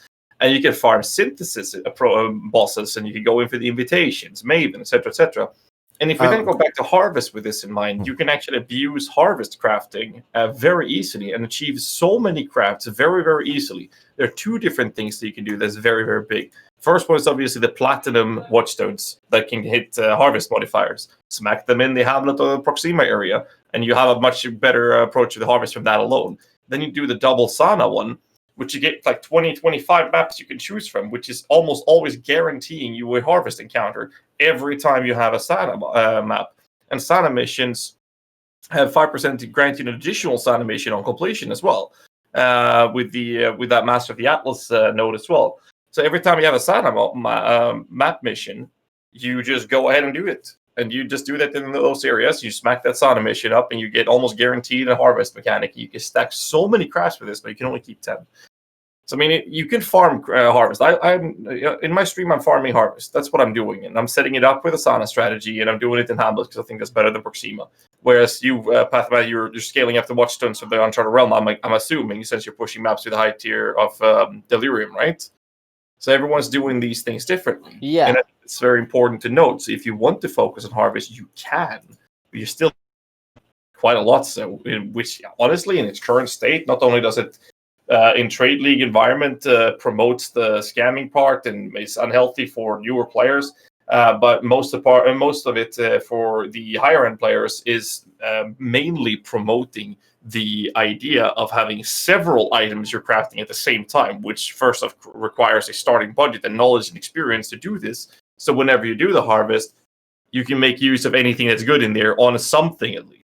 And I mean, I don't think that many people bother doing it. I mean, hell, I've been crafting items for 7 years. I'm not going to sit with 20 items in my stash waiting to be crafted depending on what I get from a craft. I'm not going to do that. Yeah. That's not going to happen. I won't be able to keep track of it. I mean, hell. No, Not right. That's a solo exactly how I self-found planned thing. harvest. Yeah. That's solo self-found type of shit, right? You need to have multiple items that you're working on at the same time that all need different stats. And that's definitely not very good. Like for anybody who doesn't play the game a lot. Like if you only can sit down on your PC and play for an hour or two a day, you're never going to finish any of those items in a league's time, like ever. It's not. I don't think it's really good for anybody. It's definitely not good for the game. So I think they really need, and going forward with 3.14, because they're not going to change any of this mid-league probably. They need to really go one way or the other, but this whole thing where I think they're trying to please everybody at once is not pleasing anyone. And not only that, it's promoting very unhealthy practices and very unhealthy economy for the crafting portion of the game. Because some people, like I said earlier, if you look at the price of these crafts, are very expensive, right? Like remove add cold, remove add life, remove adds are like all 1x each, and some of them are even 2x, like chaos ones. Like some of these crafts are very expensive, yet we have some of these people, it's always the same people, not really going to give out names, but who have what seems like unlimited amounts of these crafts. Like they're crafting items back to back to back to back, almost like it was just like Harvest League. And okay, we can say, oh yeah, but there's TFT, they can buy those crafts. But the amount of items that they're actually just throwing on the market, these 1% items that are like absolutely god tier, that nobody else really has, the amount that they have is completely unnatural. Like the progression of the league is altered in a very unhealthy way that promotes not only, like I said, botting and scamming, but also to some extent, you could almost say RMTing, because these people who, I mean, we can't hide it. Some people do buy currency in this game, who look at a guide or a video or something, and someone's saying that you need this explodey chest. Now they might be a brand new player, not really know how to make any sort of currency, or even like not just a new player, but somebody who doesn't get to play a lot and has no idea how to craft an explodey chest, they'll go on the market and you'll have these same exact people every single time selling these really, really, really overpriced items, which just hurts the economy and hurts your average player in their ability to buy these items, and promotes, like I said, real money trading, because if they can't afford them, but their wallet can, then they're just going to swipe. And I know that's not everybody who does that. And clearly GGG has some things in place to prevent RMTing and also to punish people who do. But it's just the environment that it's promoting with all of these different things between scamming, RMTing, and botting is just really, really bad with the current implementation of Harvest. Even if I really like it myself, I think that it's balanced. I think they need to go with an unbalanced route one way or the other, and it should they just need to take a decision, because in its current state it's really bad for everybody. Okay. Except the people that's abusing. Extreme stance. I think Harvest was well received by a lot of players, and GGG obviously didn't have it go core in that state, because while they appreciated that for one league it was around, they didn't want people generally to be able to craft an item from like scratch to God tier 6, tier 1. And that's why when they had it go core, they limited the ability to save up a lot of trades, so that, because they're fine with generally the power level of crafting that it provides, from what I understand, and this is just guessing and inferring from how they implemented it, but they didn't want people to just sit in their base and craft, but they wanted the road from 0 to a hero item to be laced with gameplay in between, that there's more than just the station start, the station end, but that there's more than just crafting in between, but actual playing the game. And I think they did a good job at that, but the problem is that trade completely mitigates that, because being able to trade the crafts will still allow people who can afford to spam the crafts from 0 to an amazing item. But that's obviously only a trade league problem, and if you take that away and you look at Harvest and you're saying, okay, you can't do that godlike crafting anymore because you can only store 10 crafts.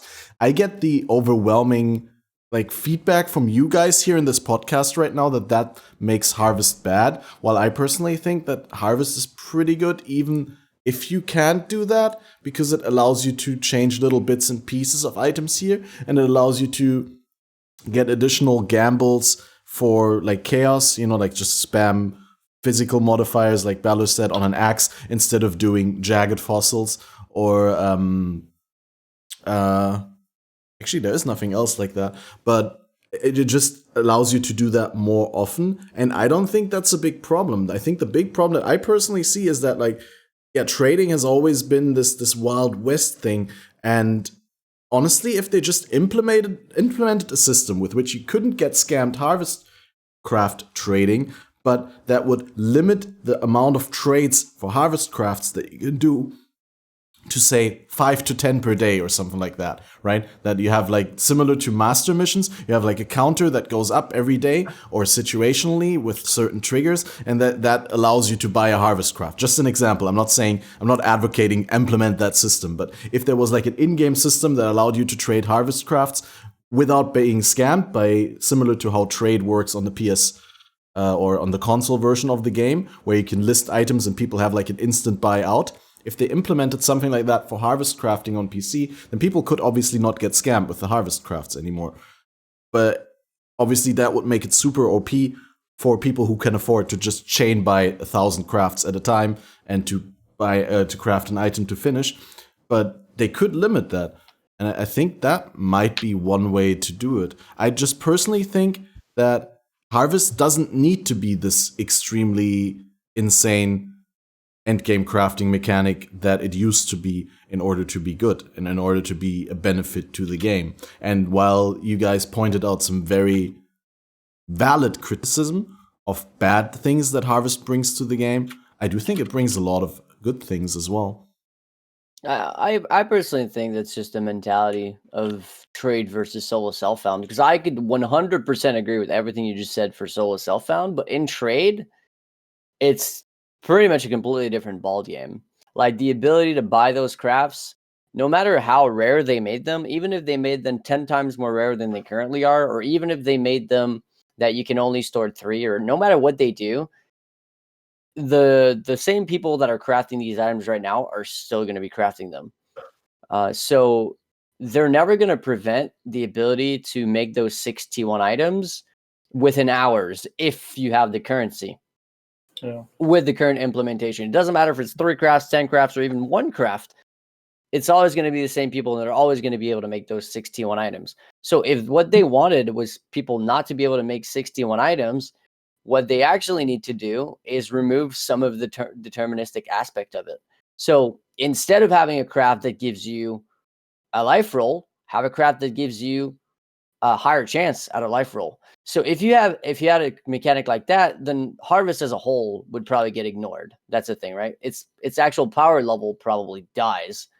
Because, for example, if it's more likely to give you a physical modifier, you could technically still force on explode on your chest piece, but if you get lucky and you get a life roll, then you got to remove that life modifier, right? And if it's more likely to remove a life modifier, it might just remove your physical modifier. So like it would actually increase the work that you need to put on any given item and like actually add some type of randomness to it. But that's the whole point of harvest, I think, is that they didn't want any randomness to it.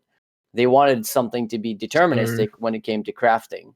Well, the players wanted that for sure. I don't know what GGG wants, honestly, but that's a very fair point. That that was limiting the crafts was one way to tone down the power level of harvest, and possibly the wrong one, because a lot of people said that if harvest was going to go core, that they'd have to either remove the targeted annuls or the targeted slams.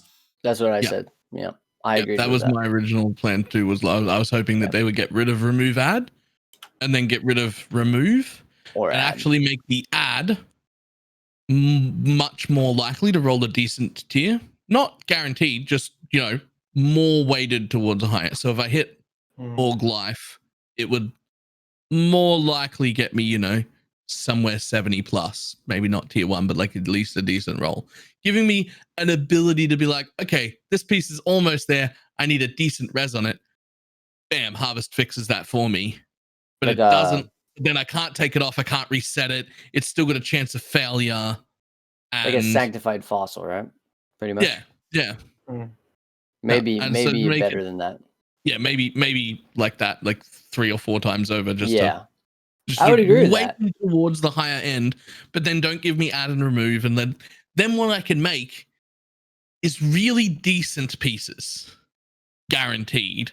Yeah, or nearly guaranteed. Really disgusting 6 tier 1 pieces become still incredibly hard. You're still going to use an actual annul. You're still going to. I even went as far in my theory as it could even cost you that raw currency.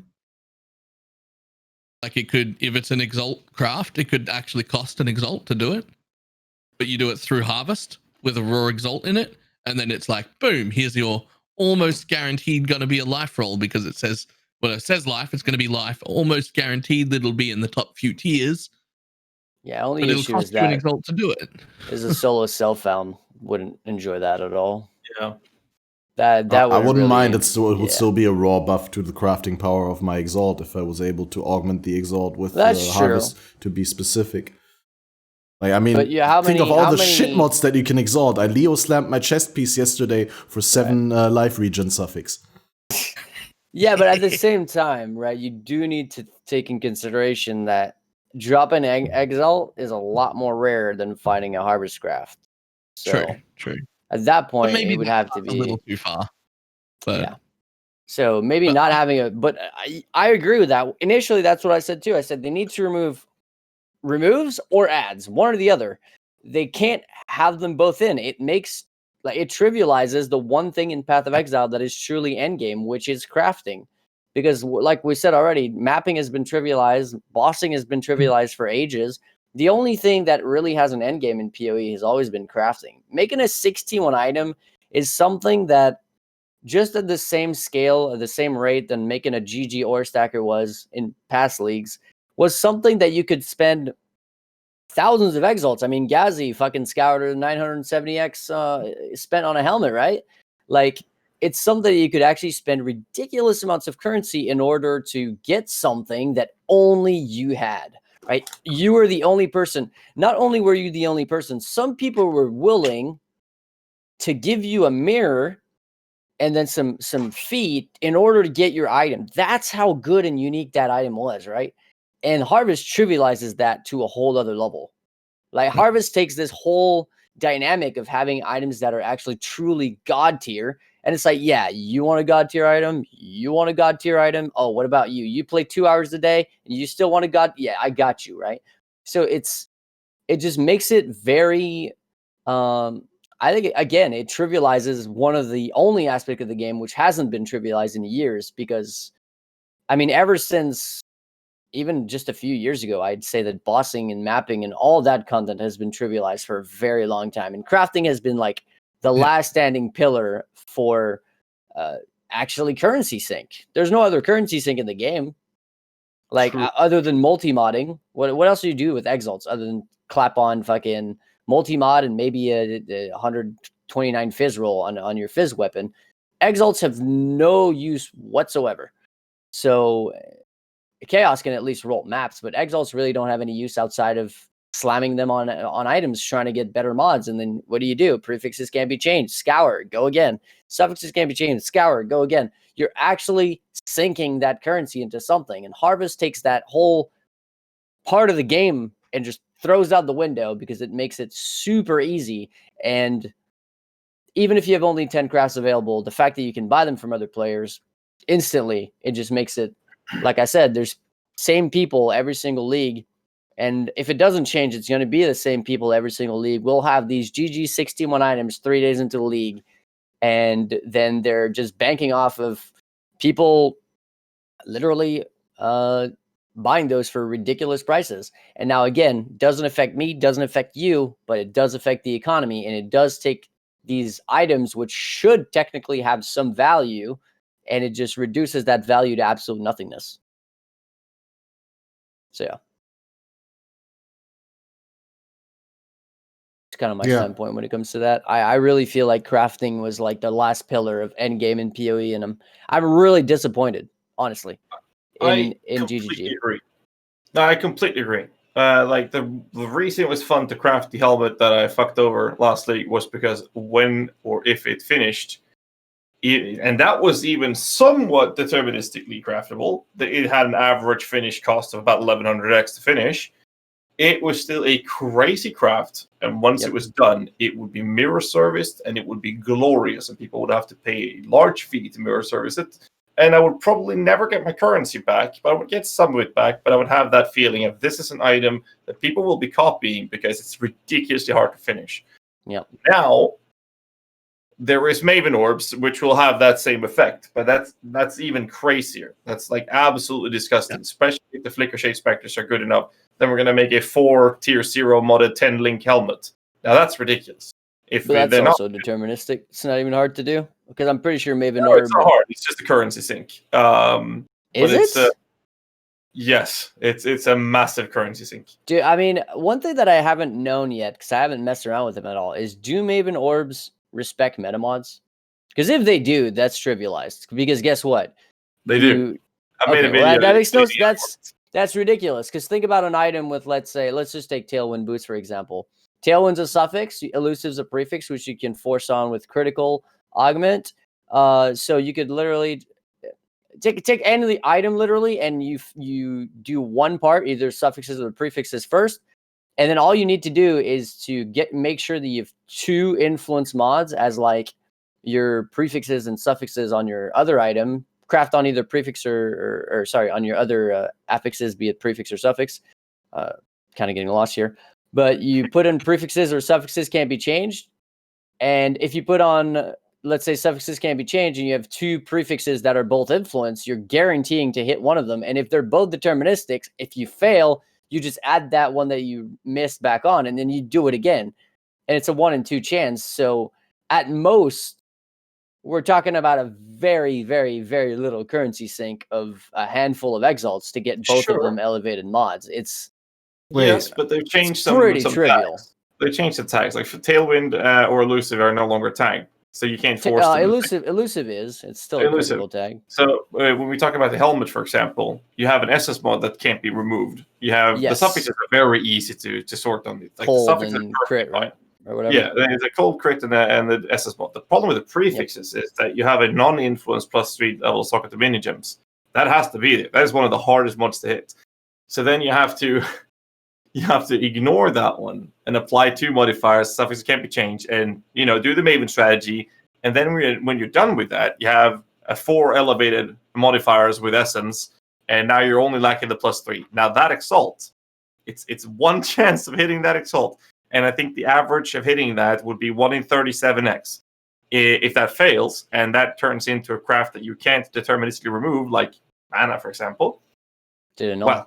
Well, remove then you're fucked. You have to do reforge keep suffixes and repeat the entire process. So it's not 100% deterministic to do a 4. Yeah, I guess it depends. But you can do a 10 link helmet with 3 tier 0 modifiers. Now that's possible, and that's not very hard to achieve. Ish. So that's more of a currency sink, but it's deterministically craftable. But the 4 tier 0 ones is going to be a massive craft. Yeah, but I guess it depends, right?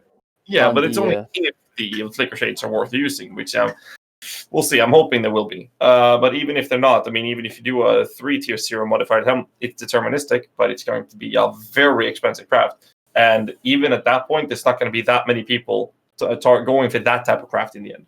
But even so, like you mentioned, with crafting crafting being the last standing pillar for currency sinking endgame goals, which I completely agree with. Harvest is trivializing that completely. No matter how hard it is to trade harvest, it is still trivializing that last pillar stone we have. Yeah, because that helmet you're mentioning there without harvest would be if that. No. Okay, I don't think that helmet exists without harvest, just at all. It could. Well, in the last league, but not with Maven Orbs. With Maven Orbs, you're not doing it. That's the thing. Like, technically, it's possible. It's unlikely. But if you look at mirror service items in standard, most of them you would say are unlikely. Pre-harvest, you would say that's impossible. Triple T1 Fizz weapon, 1 in 20 or 40 something million jagged fossils. Wait, that's impossible. It's really not. It's just unlikely. But these people who go and actually get that amount of luck, like I said, it's the legendary items that they can't just pretty much can't be reproduced, or almost can't. But now harvest crafting kind of takes that away. And even for that helmet, the +4, which is a big currency sink. Now, it depends on which items. Some of them, even 4 elevated mods, are going to be pretty trivial. Depends on what item we're talking about. Some of them are trivial. Some of them are actually going to be quite the currency sink. But most of them is just going to be, prefix can't be changed or suffix can't be changed with two influence mods that are both deterministic, and then you take a 50-50, and once you've hit it, you're basically done, right? Add life or whatever you're missing, and you're good to go. Most of the items are going to be like that. Some of them, like that helmet you mentioned, are going to be a little bit harder if there's something you want that's not deterministic, like +3. That right there is that's the kicker right there, right? That's what makes it difficult. But yeah, even then 37 or 38 or something. So, and if you get a deterministically removable one, you do that, and you have another shot at 1 in 37. So it's just a money sink, but because of harvest, it is still deterministic. And if you fuck it up, then you go back to reforge and keep the suffix, and you're back at the Maven Orb in those 2 modifiers.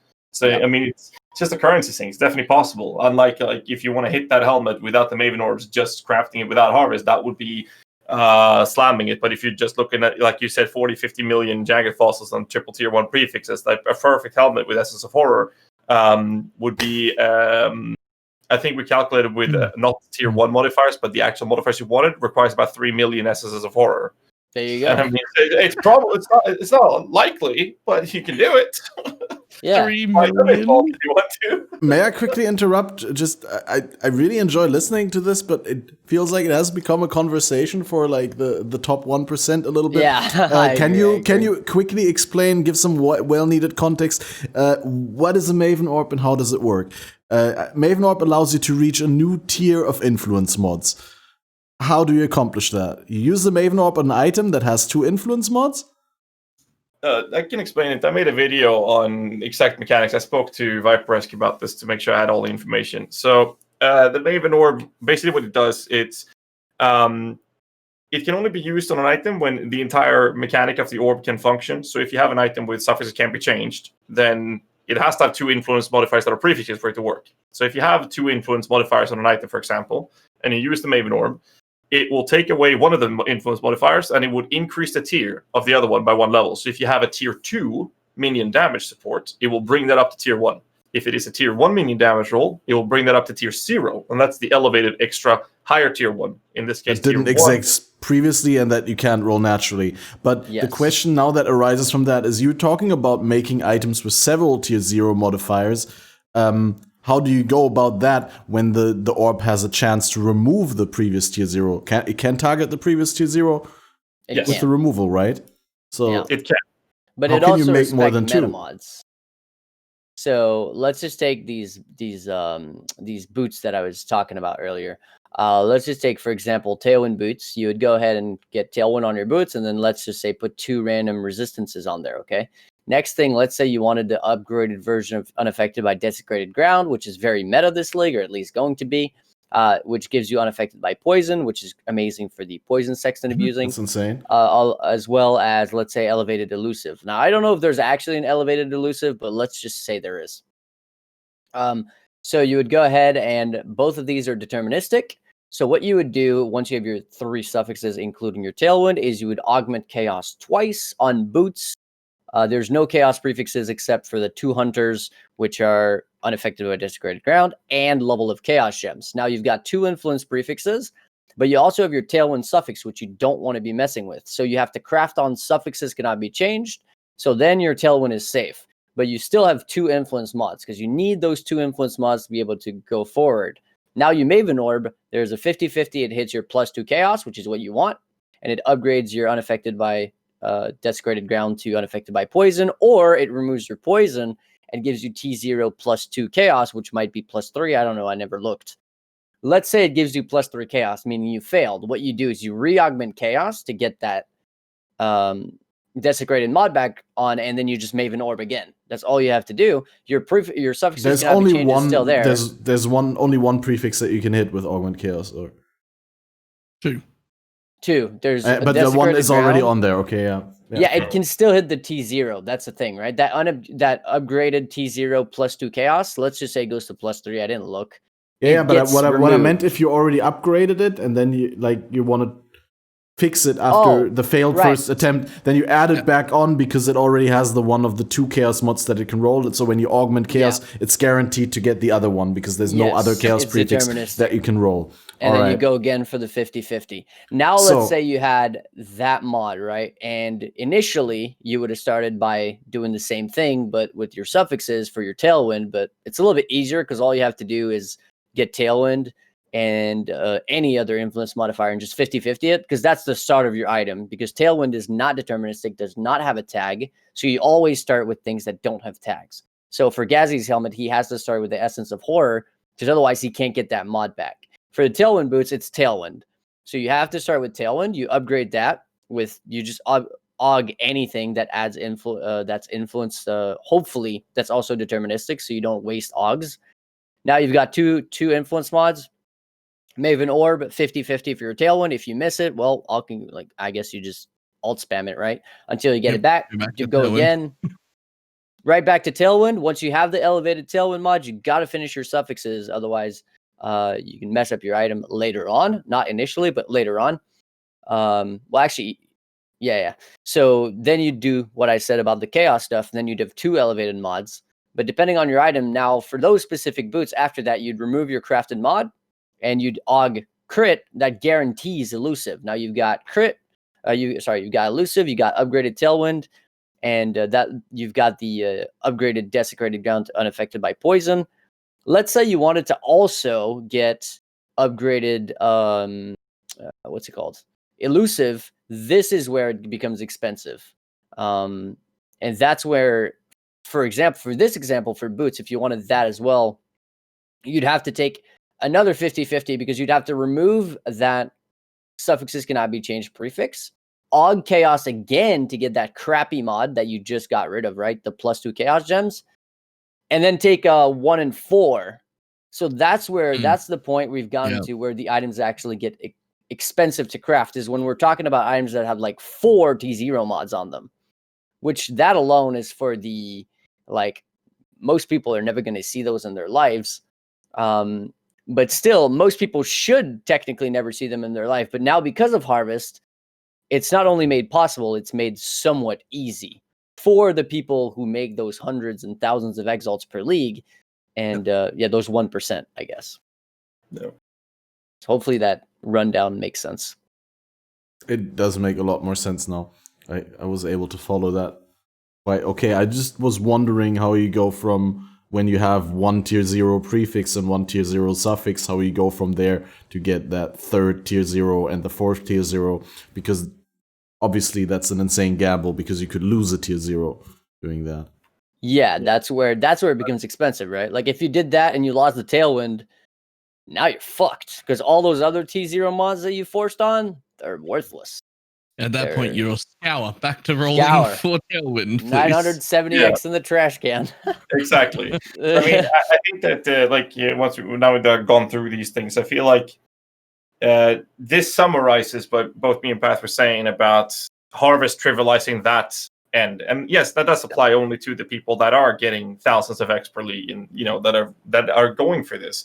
And that is one of the 2 money sinks we've had. The other one was RS stacking, which is no longer the case. And now we only have that one left, and Harvest ruins that for the most part. There are a few items left there, but they're essentially not worth doing because we can just do the other ones.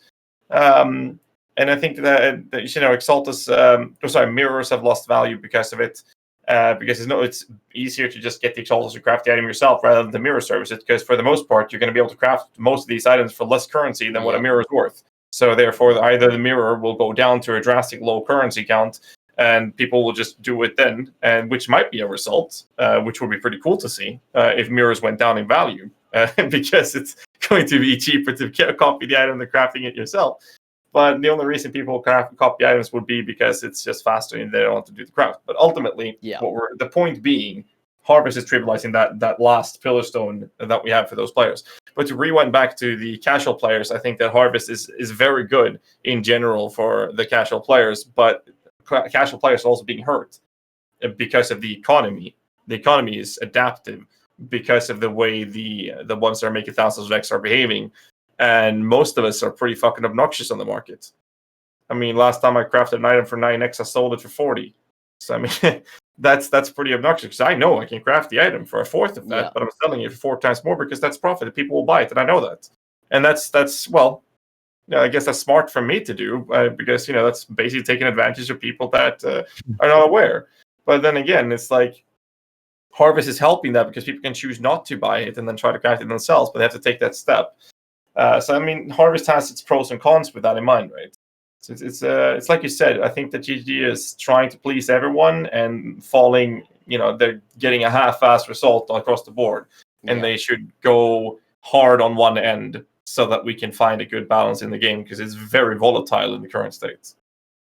Yeah, I mean, just to give out an example here, we're technically a little over the 7th day, right? Yesterday was the 7th day of the league, so we're just past a week. And even, I think it was 3 days ago, so 4 days into the league, I saw a chess piece with elevated explode, elevated additional curse, elevated attack crit, and I think it was elevated power charge on crit. So that's 4 elevated mods within a few days of the league.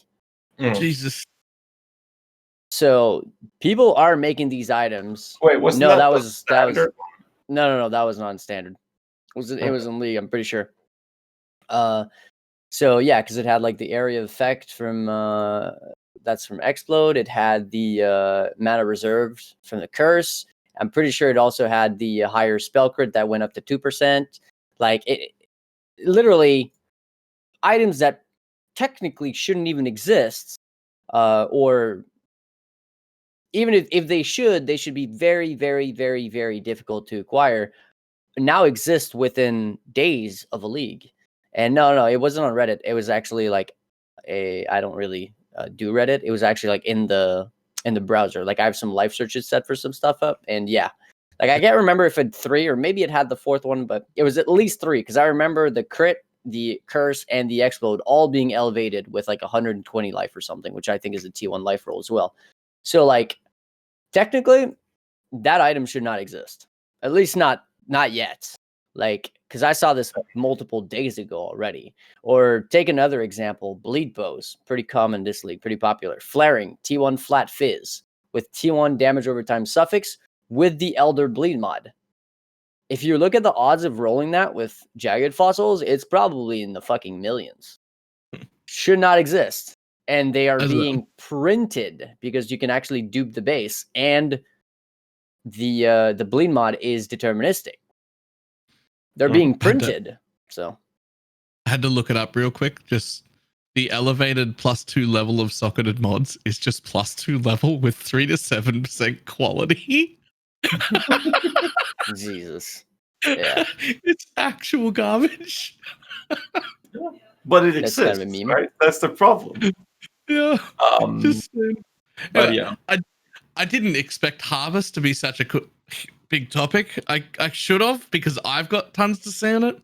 I feel like we could fill 2 hours up with just Harvest. Oh, I could go on this forever. I'm like, you got the crafter and Ghazzy, which is another really big crafter. You got the crafter and Ghazzy. Yeah. The amount of Leaving me out on that one. Yeah, I can't leave Ghazzy out of the conversation here. Actually, the Scout is 970 XL. I mean, I'm pretty good at that actually. Yeah. But we feel like we haven't even touched on the actual Echoes of the Atlas stuff yet, and we're like 2 hours in. A little bit of it. Oops. Yeah. We haven't had our argument about minions yet. We can take that after the podcast. Oh, right. Normal IP crafter, thank you. I know, in order to try and leave Harvest behind, otherwise we'll just keep exposing ourselves as. Yeah, people probably have like their pen and paper and they're just taking notes. What are they saying? Oh, this mod. There's definitely people taking notes. Tomorrow, fucking 7 elevated mods on a chest piece. Okay. Yeah, somebody will make 6 pairs of those boots and be like, "They're not selling. It's your fault." Anyway. All right. So, Echoes of the Atlas. Specifically, the brand new expansion added a bunch of shit to our atlases instead of reworking it. Do we like that more? Because I kind of do, even though I wanted a rework. I kind of love that they just added an extra whole layer of things for me to do without reworking the entire thing. I don't think that they needed a rework. That's my stance on that whole topic. I don't think it needed a rework. I think the Echoes, the Conquerors of the Atlas was actually really well done. The whole mechanic, maybe 9 maps is kind of annoying if you get really unlucky and go 9. But otherwise, I think it's really balanced. I think fighting the 4 Conquerors, then getting Cyrus, have like this little loop going on for people who like to speed farm maps. It's like a nice little bonus and some free maps along the way. I don't think that needed a rework whatsoever. And I think this new stuff, Echoes of the Atlas, what it adds is specifications, which again, I think is also really good because maybe somebody doesn't like Harvest. Maybe somebody doesn't like Delirious Map, but maybe somebody really likes farming beasts, or maybe they really like whatever, really, Prentice, because they're a fucking weirdo. #QDog. But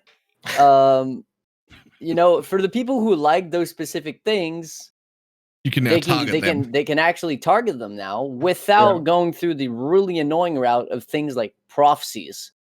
Because those are scarabs aren't too bad, but prophecies, man, they don't even stack. They don't have their own tab. They're really outdated. Get rid of them. And with PoE app shutting down, they're going to be nearly impossible to buy in bulk. Wait, is that a thing? Yeah, PoE app shutting down. This is their last league in existence. There's no other way to buy bulk prophecies, and everybody cried all at once. Oh my god! I'm not pleased. Yep.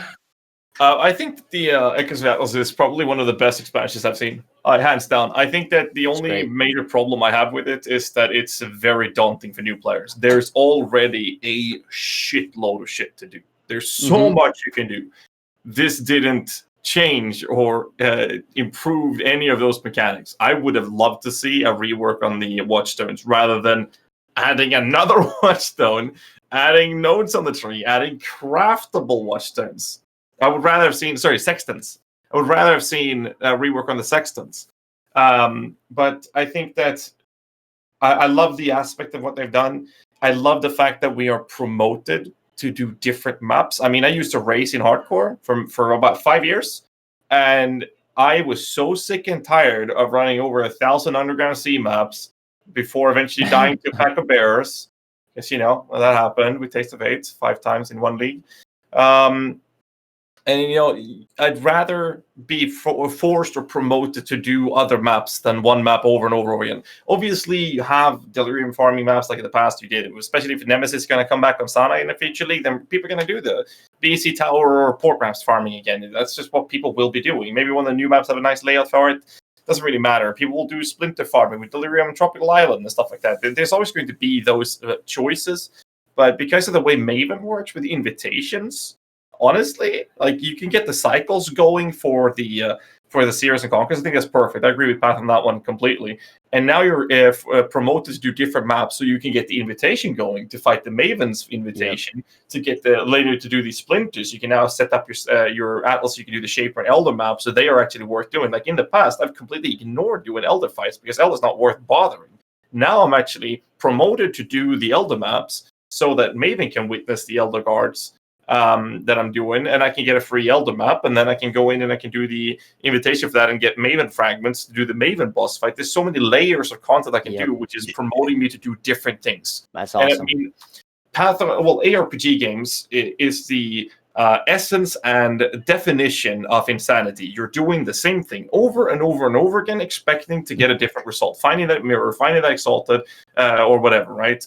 Sure, experience has to some degree a point in it as well. But Path of X has always a very good job in hiding the fact that it is an ARPG game by layering different types of content that you're able to do so that you are subliminally forgetting that it is an ARPG, that you're actually doing the same thing, same fucking thing over and over again. You're forgetting that fact. That's why most of us that play this game as many hours as we do are able to keep ourselves sane whilst running an entire league for 3 months straight, playing mostly Path of Exile for at least 2 months before we start filling with other games during the last month.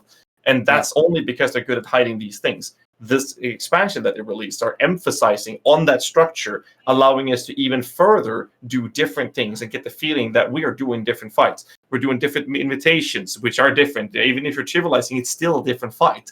You get the Maven fights, you have the Conquerors, you have Series. There's so many different approaches to what you're doing on a regular play cycle. Even if you're not focus farming a specific thing, you're still cycling through a large variety of content, and I think that's great. That's why I think Echoes of the Atlas is the best expansion we've seen, at least in the 7 years I've been here. Yeah, I think I would agree. Honestly, like the way I see Echoes of the Atlas is that they threw a bone to mappers. They were like, yo, you like mapping? Now you get a little extra juice on a map to map basis. Yep. But they threw like a whole live dinosaur to bossers, and they're like, yo, you like bossing? Here's your fucking set of bones, like a big ass pile of bones, because bossing this league is, in my opinion, the best money maker in the game, and it's probably going to stay that way for forever, for at least the first week or so of the league. Like they have made bossing pretty much great again. Like honestly, that's the best way to put it. They made bossing great again because bossing has been losing. Yeah, they have been like bossing has always been pretty good, but then with the additions of things like delirium mapping and delirium orbs and ability to like juice your maps up as early as possible and actually getting a lot out of your maps, mapping has definitely took the cake for the last few leagues. But this league and Echoes of the Atlas took bossing and put it right back where it belongs as the number one currency generation thing that you can do in the game, at least for the first few days. Now it does go down slightly after that, and it's only going to keep going down. But for the people who enjoy bossing, they can really make a killing this league. A friend of mine, 3 mirrors in 4 days bossing this league. Of course, not a casual player, probably play like 22 hours a day or some shit, but I digress. That's more currency than most players will ever see in their life. And it's from bossing, not juicing maps with a headhunter or anything like that. Literally just take a minion build, throw 10, 20x at it, and start printing money. So I'm really happy that bossing, because I'm a big fan of mechanic-heavy fights. And I think that GGG does fights really well, and they're really proud of that. And I do give it to them. Like the Cyrus fight, while it can be buggy, when it's not, it's a really good fight. I think Uber Elder especially is a really good fight. I mean, some people could probably never do that fight. Shaper trivialized as fuck now. You could probably do it on a 4-link for most builds, but back when it came out, very good fight. Uber Ziri, even to this day, most people can't do Uber Ziri. Absolutely challenging fight. I think they do boss fights really well. I haven't encountered Maven yet because I've mostly been focused on pure mapping. But dude, what they did with bossing, I'm really, really happy about, and that is definitely what I'll be doing going forward, because for future league starts, because man, they have put that back right on the pedestal. You're gonna like Maven. I think it's the hardest boss they've done yet, purely because you can't skip the things by being too tanky. They will kill your aura stacker regardless if you fuck up the mechanic. Not necessarily that they're the absolute hardest mechanics in the game, but because they're actual, you have to do the mechanic, not you can tank through the mechanic. Like it does so much damage that 90 all res all my flasks up, everything. You're dead. Just done. You're dead on the spot. That's good. I like that. I don't know about you have to do the mechanic. I don't know about your shitty golem build, but my Spectre build trivializes that fight. It was the easiest fight I've seen in my entire life. So the 20 mirror builds on standard get one shot in that fight. No. It was the easiest fight I've ever seen in my entire life. I would argue for the invitations with the Shaper guards or Breachstones, or well, obviously fearing to be better or harder. No. Okay. The only thing hard was the Simon Says during the last phase, because you had to dodge the things, and that was the only reason I had problems with that one. I died once, and that was because I was using Dash, which doesn't teleport you past the blue beams that are circling. I have to use Flame Dash, so I changed that after the fight. There's like 3 different mechanics in the fight that will literally insta-kill you if you fuck them up. But you can't fuck them up. It's like child's play. Is it? Sometimes I much easier. Forget my own name, so I will see about that. Right. I think Cirrus and Uber Elder are way easier. I can do those nearly with my eyes closed. Cirrus almost actually because he's audio queued so well. Agreed. That's true. He's audio queued so well. You might actually be able to do it with your eyes closed. I might try just for fun. That could be fun, especially as an R stack. No, the reason I like that the most, the reason I'm saying it's probably one of the harder boss fights we've ever had, is because I have a habit of making characters that can just face tank all the thing. I just don't care. And you can't do that. The mechanics they've evolved in this fight will just kill you. It doesn't matter what you've made. You can bring yourself in a nice mana stacking guardian to come with you, and he can come stand beside you and give you 65% physical mitigation and another 15,000 energy shield, and you're still just going to die. I wonder how proximity shield works on that, because the boss is in the middle. I imagine it still kills you. Because you can be safe from Cirrus explosion if your Spectre is far out in the maze. Yeah. So that maybe, yeah, I mean, you could probably trivialize if you want to be tanky, just fuck in a proximity shield, and you're good, dude. Don't worry about it.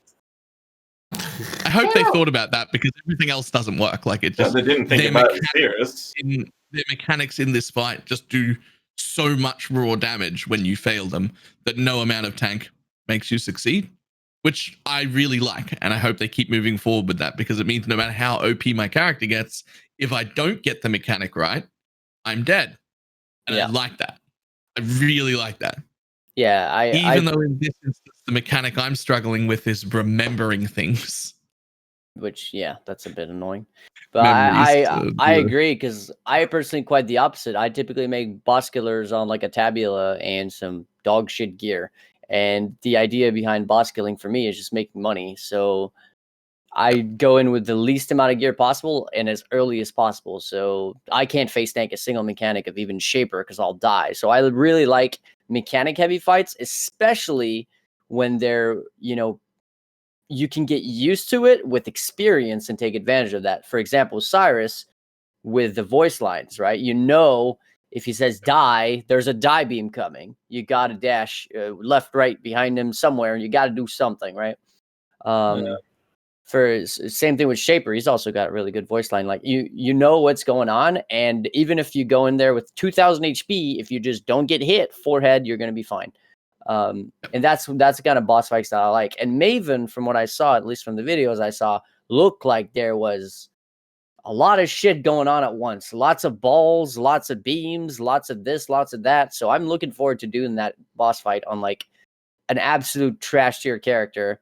With garbage gear. The Maven fight's amazing. Like the mechanics in it, it's absolutely amazing. It's the best looking fight we've had, and the mechanics are probably the best ones because, like Balor was saying, you have to do the mechanics. Yeah, and I think that's one of the best things. The only concern I had with that fight was literally the Simon Says during the beam thing, and I think people need to realize how dash works. So if they're not using dash, it's easier, but that phase is the only thing that's really hard with the fight. Other than that, it's an amazing mechanical fight. I love it. If it's easy. From what I've seen so far, it looks really cool. I obviously haven't done it myself yet, but I really like that they keep stepping up the boss game. But they also, I think, did a great job with in terms of creating more value and more content just to be played. They did a great thing with pitting multiple map bosses against each other in some ways, because it's just reusing content, so it's not super hard for them to do. I know they said that it was hard to make a lot of bosses work in the arena because a lot of bosses are not designed to work outside of their specific boss room, so they had to go in and do some crazy stuff. But that's cool. I think it's really cool because you can do so many different combinations, and it's never the exact same thing. And Baby Kitava. The only thing I dislike is that I can't get every version of the same boss. I really, really wanted to do. I wanted to be like, I want to fight every version of Doetry at once. Yeah. Right. Or like, and I can't do that because they're in different areas. I wish it wasn't all this different bosses. Imagine trying to fight 10 core bosses, 10 Malachis at once. That would be cool. Or 10 Minotaurs at once. Oh, yes, 10 Chimeras. Oh, that'd be fucking impossible. But like, I was a little bit sad about that. Just die? Yeah, you probably just die. You just die because they're all going to explode at different times. Yeah, you just die. My minion build going to die. Like those are tanky minions. You just put 10 phoenixes there. Yeah, I can't combat. They're just going to die. That'd been cool though. Dying is great, and when you're not playing in hardcore, I like hard mechanics. Yeah, hard mechanics that make me need to be very precise and like time it properly, or otherwise I get punished. And I think it's good to you fuck up, you die. I mean, it's like that in hardcore. It should be like that in softcore too, but on a like even harder. Just make sure you don't fuck up. You won't die. Yep. But unfortunately, no 10 phoenixes, no 10 minnows, none of that. But still, room to grow. Yeah, true, room to grow. Uh-huh. It could still happen in the future, exactly. I tried the 4 breach lords. Man, that's just hard. If you don't, do they all spawn at the same time? Because with some of the things, too. They spawn one after another, so you can kill them relatively fast sometimes. I think it's 20 seconds, right? 2 spawn, you have, I think, 20 seconds to kill them, and then 2 others spawn. But if you have a shit build or just not a bossing character build, like I tried to do it on a pure mapper cast on crit character. Didn't go well. I had time to do like 20% of their HP to the 2 first, and the two other ones come in, and it's zone level 83, so they're all like as strong as Shayula, so they will murder you. I mean, I think it's good that they're having a breakpoint for most players. I think that them all spawning at the same time would just be fun for a very few amount of people. I would love it myself, but I mean, I think it's fine, but like I tried carrying a Breach Lord invitation. Somebody started. There was 3 portals left, and he had to go in. So I had to do 2 mana HP on it. And then it's like, when that shit starts, and you have all 4 there, it's fucked. Breach Lord's Uldatol spreads his fucking semen everywhere, and then you have a Phoenix Explorer. Sorry, you have the fucking tool popping his spray on you at the same time as you have to dodge everything else at the same time. And then you want your minions to attack one guy, and you guys can't really have time to put Predator on it for a single prey. You have to use Feeding Frenzy, and then spreading out the damage. Like, what the hell am I gonna do? Yeah, it's rough. Like, I feel like if you fuck up that fight and you get to the point where you have 4 at once, and your arena looks like shit, it's kind of like when someone asked me to carry a Cortex this league, and I went into Cortex, and the black circles on the ground, the whole arena was just black circles. And I go in the thing, and I'm like, what the fuck is this? Like, what have you done here? Like, well, how is that possible, dude? Like, no way I'm gonna do this. I feel like it's the same thing with the 4 Breach Lords. It's just you're I've fucked. had that carry as well. And Maven's Orbs killed me as the boss died on the last portal. But there wasn't a flash drop, so it was okay. So I've had that with exact thing with someone asking for a Cortex carry, and I went in there, and my first thought was that I was impressed that they managed to get the arena that covered. And I said it, I'm like, how have you lived long enough to put this many things on the ground? And like all I'm thinking everywhere. I'm thinking that the person playing that build was like playing the worst fucking build I've ever seen in my life with no damage, but with the utmost level of skill, because they've managed to stay alive long enough to put so many things on. They've dodged at an incredibly good level with just no damage at all. Wait, I thought Quinn69 played hardcore. Yeah, Quinn plays hardcore. Oh, okay, so someone else then. Nah, Quinn build is a meme for builds that do 0 damage. Yeah. Yeah, no, but that was crazy. But yeah, the 4 Breach Lords kind of made me feel like that. It reminded me of that one time I walked into the arena. It was just black circles everywhere. Like, there wasn't even like an inch of non-black circles except where the boss spawns in the middle. I didn't understand it. And when I did the 4 Breach, it was the same thing. It was the same thing. I was like, what the fuck is this? Like, you walk in the arena and there is shit everywhere. But that's what makes it fun, I feel, because then if you do fuck up, chances are you're not going to be able to actually finish it. And that's punishing, and I like it. I think that it's good when things are difficult. I may have cheated because I'm pretty 90% sure that my build can just AFK in the middle of that fight with all 4 of them up. Like, I could just get up and leave. Unlucky. And they would just die eventually. I may have cheated. I'm gonna have to do those kind of fights again on like a legit a mapping build. I'm gonna get like a speedy mapper running who's got like 4.5k life or something, and then I'm gonna go and try him again. Frostblades Raider. Everything else is unethical. I'm gonna have to learn how to do the fights later on in the league when I'm playing more squishy, speedy characters, because I just rushed straight into bossing mode, right? I'm considering to check out the accessibility to Aura Stack Spectres and compare that to Aura Stack Golems. I want to significantly better than regular Spectres. Yeah, I'm pretty sure it's going to be that case. So I'm gonna do some comparisons, see where we land. I think that could be fun. All right, so you've done the encounters. You were pitted against several map bosses, against several endgame bosses. How do you guys actually enjoy the rewards that we're getting out of that?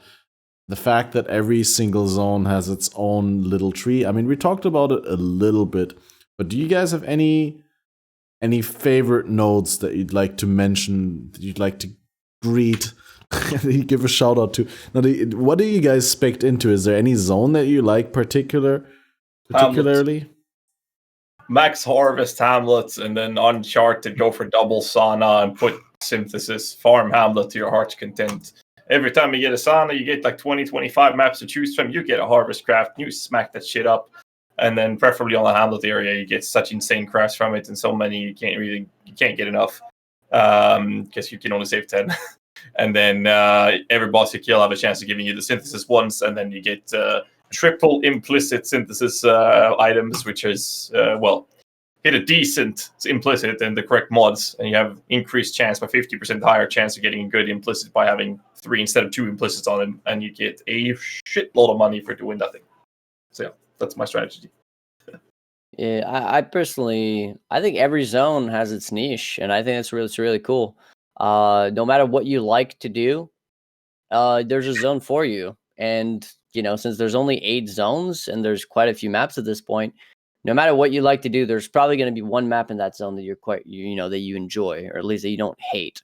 So, if you're Delirium Farmer, probably go like Sojour's. Those 3 reward tiles for free add up really quick. It's basically like putting 3 extra Delirium Orbs on your map. Or if you like farming Divines, and you want to, pay your homage to Dismantle Time, you go to Glenn Carnes and open some straw boxes. It's like, depending what you like to do, you have a zone that pretty much has something for everyone, which I think is really cool.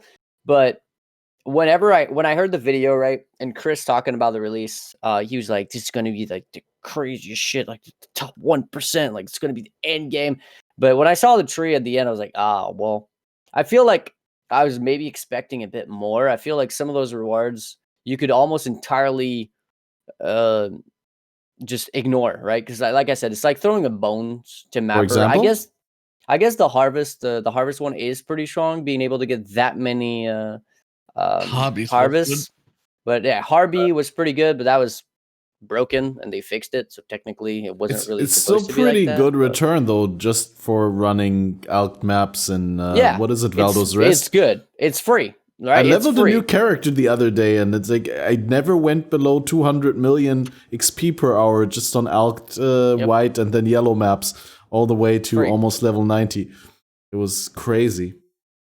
Yeah, no, it's free, and all you have to do is kill a few bosses. And since the bosses are, the 3 encounter, 4, 5, and so on, since the level of the encounter is always static, then it makes it really nice, and you can get it really easy. I just thought that it was a lot harder, I guess, is what I'm trying to say. Because, they said it's going to be like only a very small portion of people are going to be getting this and stuff. Like, I was expecting it to be like hard, but really, you could just do a few T1 maps, kill the boss, and you've got the first one already done. So it was nowhere near as endgame as I had initially thought it was going to be. But getting all of the zones to 10 bosses in every single one, yeah, that's a lot of time. Like Balor said, he hasn't even done all that yet. And neither have I, actually. I'm not going to do it. Yeah, a lot of people are just not going to do it. And that's okay too, right? Because it's all about specificity, like actually choosing the one zone that you think matches your playstyle or your strategy the most, and then just going for that one. And no, I think it's great. I honestly think the rewards are pretty decent, especially for the investment. Like if it was a lot harder, then I would expect the rewards to be potentially a lot better. But since the rewards are not necessarily the craziest in the world, but when you pair that up with some other mechanics, for example, if you take the Harbinger, but then you pair that up with like a bunch of different things like the new Watchstones and all that, once you put even these little things, it kind of compounds with a lot of different things that we have. For example, Glenn Carnes and opening strong boxes, right? You would think that having all of your strong boxes corrupted rare is not that big of a deal. You throw in Monstrous Treasure, and all of a sudden you're fucking juicing crazy amounts of currency for how low investment it is. It's Alk and Go maps. So yeah, I think it's really nice because it does add that extra choice. And again, it makes the game even more broad than it already was, because now it's not like there's 1 or 2 different top tier strategies. It's not like, oh yeah, you delve 100% Delirious, or you farm, or you go farm bosses, or you delve. It's like there's a lot more things that you can do that actually lead to very respectable currency gains, and I think it's really awesome, especially for the newer players, because a lot of these strategies are very low investment. I particularly agree on that point, where it just creates so many new ways that the game can be played, and so many forks in the road, basically, where 2 different playthroughs or 2 different accounts, 2 different people playing the game have different decisions. Because I personally didn't feel too much interested in the incursion stuff, for example, but I watched a YouTuber the other day who's been just juicing out incursion, and with the what is it, 50% chance that the dying architect adds its tiers to the surviving architect, or then bumping up the ranks by 2 on the rooms. You can get so many tier 3 rooms in incursion temples. It's insane. Yep. Yeah, I had mentioned that in my initial video. Like, you could literally take any one mechanic pretty much and just giga juice it to the point where it's actually viable to make currency in the end game. And I think it's really cool because it takes a lot of these things that people have considered side mechanics or just like little bonus things, and it actually makes them viable end game like currency farming methods. And that, in my opinion, is my favorite part about the whole thing. It really diversifies the end game. I think that's awesome. You could basically pick whatever mechanic you prefer, whatever you love. Exactly. Double down on it. I also love that I'm able to tell people you don't have to follow this spec of the Atlas tree. Exactly. Yeah. You look at the tree and just be like, I like that mechanic. Yeah. And as long as you're doing that thing, then you benefit and it'll be fine. Like, there's always going to be crazy that's the best, right? Like, but they're just all so profitable. You can just pick whatever you want. One aspect I don't enjoy real quick is though how there's different levels of obscurity. Like, some of the mechanics are very well explained and you can already tell from before how good they're going to be. And others, like the rogue metamorph or the harbingers with reinforcements, unless you pick them, you never know how good they are. Because they're so, like, you just don't know how it works. Like, what is a rogue metamorph? What decides which organs it's made up of? And what potential rewards does it have? Rogue metamorph is nasty in 60% delirium, at least. I mean, in general, it's nasty if you get a random metamorph and it may be made up of 3 powerful crits or 4. Everything was fine, and then the metamorph just showed up off screen and just arrived at my feet. I was like, oh shit. And then resurrecting town. I think exactly. By the way, what is the more. Val Flesh Merchant? Can someone sorry, I didn't mean to interrupt. No, you're good. What does the Val Flesh Merchant do? Because I don't know that until now. I don't know either, but my buddy told me it's garbage. It's just a thing that drops a stack of currency. No, there you go. It's basically garbage. It's most of the time hidden on the filter, and then if it is, it's chaos at best and not very interesting. I assume it could drop me a stack of mirrors. Probably. In theory. And that would be exciting, I'm not going to lie. But that would be insane. Yeah.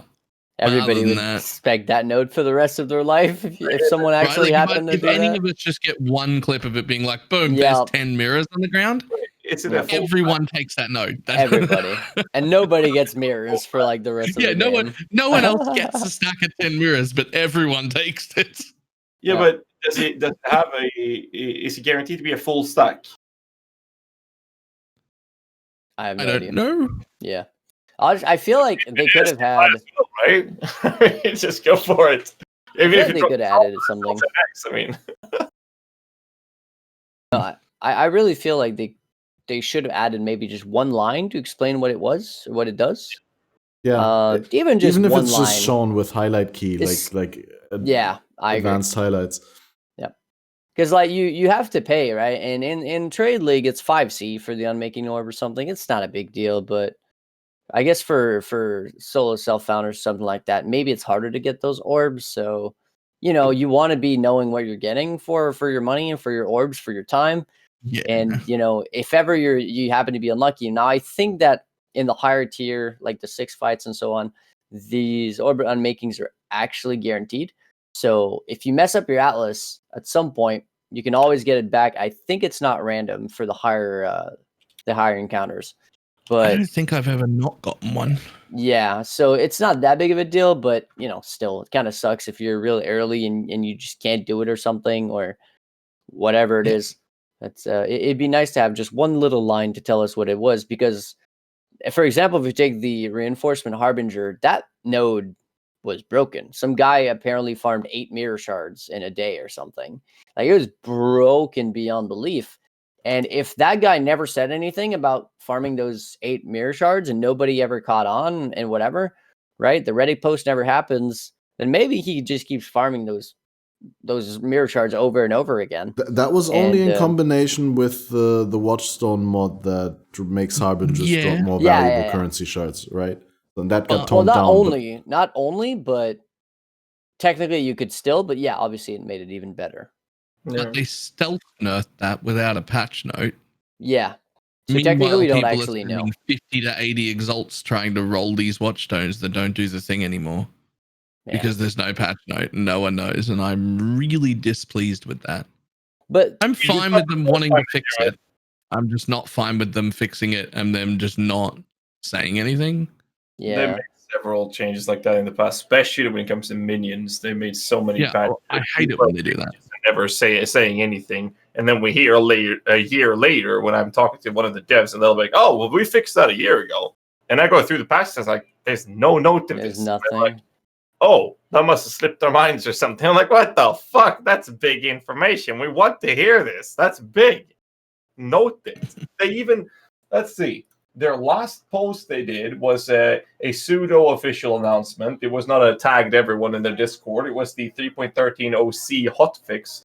And that hotfix included fixed a bug where certain totem damage modifiers were not applied correctly. That one goes in, but huge mechanical changes to minions doesn't even get noted. I mean, it's happened before, and it will happen again. Yeah, I disagree with that. Like, same thing someone noted, like, I've been doing some testing with Delirious farming in the Lexadoris region, and I hadn't really realized because I don't pay attention to too much, so like to the drops, but someone made me realize that I was getting a lot less maps dropping with Delirium pre-applied to them, like the layers of Delirium. It felt like it was a lot less than I was getting in the other days, like way less. So it does feel like there's definitely some numbers being changed here and there. But yeah, I mean, the thing about it though is like feeling something, and maybe you're just unlucky. So without having patch notes, we can't be 100%, sure that something is being changed or not. So like they didn't. I don't think there's been any official statement, right, about the whole Harbinger thing. So technically, maybe it hasn't been nerfed, and these guys that were making the thread were just getting stupidly lucky, and now all of a sudden they're just right back to their, not being stupidly The lucky. normal amount. So yeah, so we don't really know, and that's kind of what's annoying whenever there's no patch notes or anything official from the developers of a game or whatever. It's like, dude, we want to know these things, because clearly, if you tell me that I just lost 50% of value to my watch note or something, like to the power of my strategy, I'm probably going to move on to something else, because I just might go on and spend the next 2 weeks doing this strategy, thinking that was that was normal, and I'm just being unlucky now. It's going to start happening again, but then it never does, and you just realize, oh, I just spent 2 weeks doing this for no fucking reason, and I have nothing to show for it, right? So yeah, and then you feel real bad about it. Oh yeah, you do. You absolutely feel real bad about it. I agree.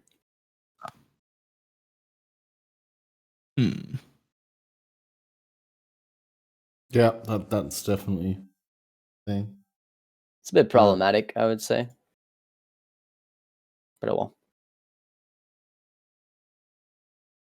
I just realized we it felt like sidetracking.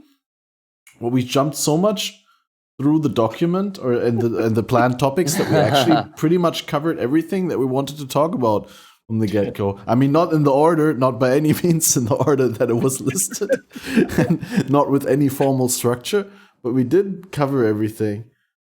Well, that's good. Well, we could quickly cover the implementation of Heist. Does anyone? I think we didn't talk about that. I actually made a video on the second day of the league, because they moved Heist.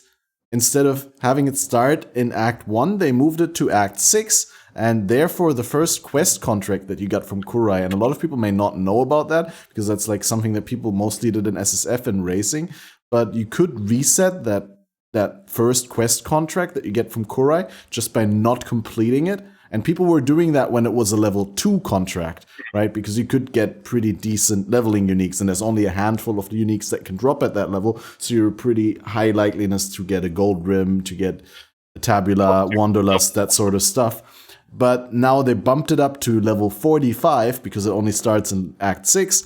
And they didn't adjust the rewards of the small chests initially. So on day 2, I was going in there, and because it always generates the exact same layout, I could actually already tell, okay, this chest gives me essences, this chest gives me a guaranteed unique, this chest gives me a mix of currency, this chest gives me rare jewelry, and I could just call it, run through it, didn't even trigger the alert level, didn't open any doors that took my rogue time to open. I just ran in, opened all the little chests that I knew dropped valuable stuff that I wanted, and walked out. Made a video about that. That got nerfed with the first patch of the league. They actually removed the currency chest and the chest that drops guaranteed uniques. So now it's still good when you reach it at level 45, right? You can still get reliably decent leveling jewelry, rare stuff, and even essences, but you can't generate chaos orbs anymore. And on the one hand, I'm a little bit sad that the strat got nerfed so hard, and on the other hand, I mean, it would be so easily bottable that they had to do that. Yeah, they had to, right? I've just hidden heists and rogue markers on the filter, and it's a better game. I don't know that heist exists. Well, I pick them all up, I just don't run my them. life is so much better. It's so much better. What, just deleting them from the filter? No, I'm just ignoring the fact that it exists. I picked the markers up. I got 40,000 or something. I just shove it in my stash, but I just pretend it doesn't exist. If I ever bother it, I can. But I mean, till that ever happens, I will just continue blissfully being ignorant of its existence. Yeah, I don't think this subject is going to go along for very long, because it's going on. Sorry, for very long, because it's kind of the same for me. It's like I pick up the markers and contracts because I guess they have some value. I think somebody joined my chat yesterday and was like, "Yo, can I buy all your contracts?" I never responded, but I probably should have, because the actual odds of that ever happening again are pretty low. But yeah, I picked them up because maybe they have some sort of value, but realistically, doors, no thanks, I'm good. I'd rather just Hide them, blast it's them. so good. Trust me, just hide them. Just get them. Yeah, probably pretend should. it's so much nicer. But I mean, with the fact that people need to re-reveal all the rooms, that's going to cost some markers. I'm feeling maybe markers are going to have some value. Maybe they're worth picking up. I haven't really looked though, so I can't say. Wait until you price markers and be like, yeah, I haven't I've got like I've 9C never worth looked. of markers for the Yeah, entire league. Great. Yeah. You'll want to hide them. if that's the case, then I'm definitely going to hide them. Yeah, but it's about 1,000 to a chaos, and they drop in stacks of 70. So you for 1C. But I mean, the thing is, if there emerges any strategy utilizing harvest for big dick items or big profits, then I'll have markers and some contracts I can sell, so I can make profit if that ever happens. That's the only reason I'm picking it up, because other than that, it doesn't exist in my world. Yeah, the only issue with that is like the only thing that was kind of good about harvest, which was alternate quality gems, kind of got shit on to a whole other level. So I mean, unless you care about that 0.5% move speed, which gets rounded down to 0. Yeah. Heist, they made by the way. the alternate quality stuff so bad that it's not even worth bothering to get on my aura stacking build. Yeah, it's well, bad. not on If you're aura not stacking. an aura stacker, you're just running an aura. It's literally worthless. Yeah. Yeah, but there's other alt quality gems than auras. Heist. Right. I mean, yeah, there is other alternate quality stuff than auras. Yeah. Like what? Toxic rain? Alternate like quality withering step seems to be a big thing, I heard. Oh. That's not because it gives additional stacks of wither. Oh, I see. I mean, Toxic Rain, I think, gives you +1 prod or something. That's like one of the better ones, I guess. But realistically, the only ones that had any real value last league were alternate or stacking gems, right? Those ones were pretty big, especially the alternate quality purities. Those ones were massive. But they got nerfed down by, I think it's like 5 times on every single one of the aura ones. And then the ability to stack aura effects got nerfed down by not quite half, but about 30%. So, yeah, in the end, you're not getting a whole lot. Like I said, 0.5 move speed gets rounded down to 0. What's the point? Yep.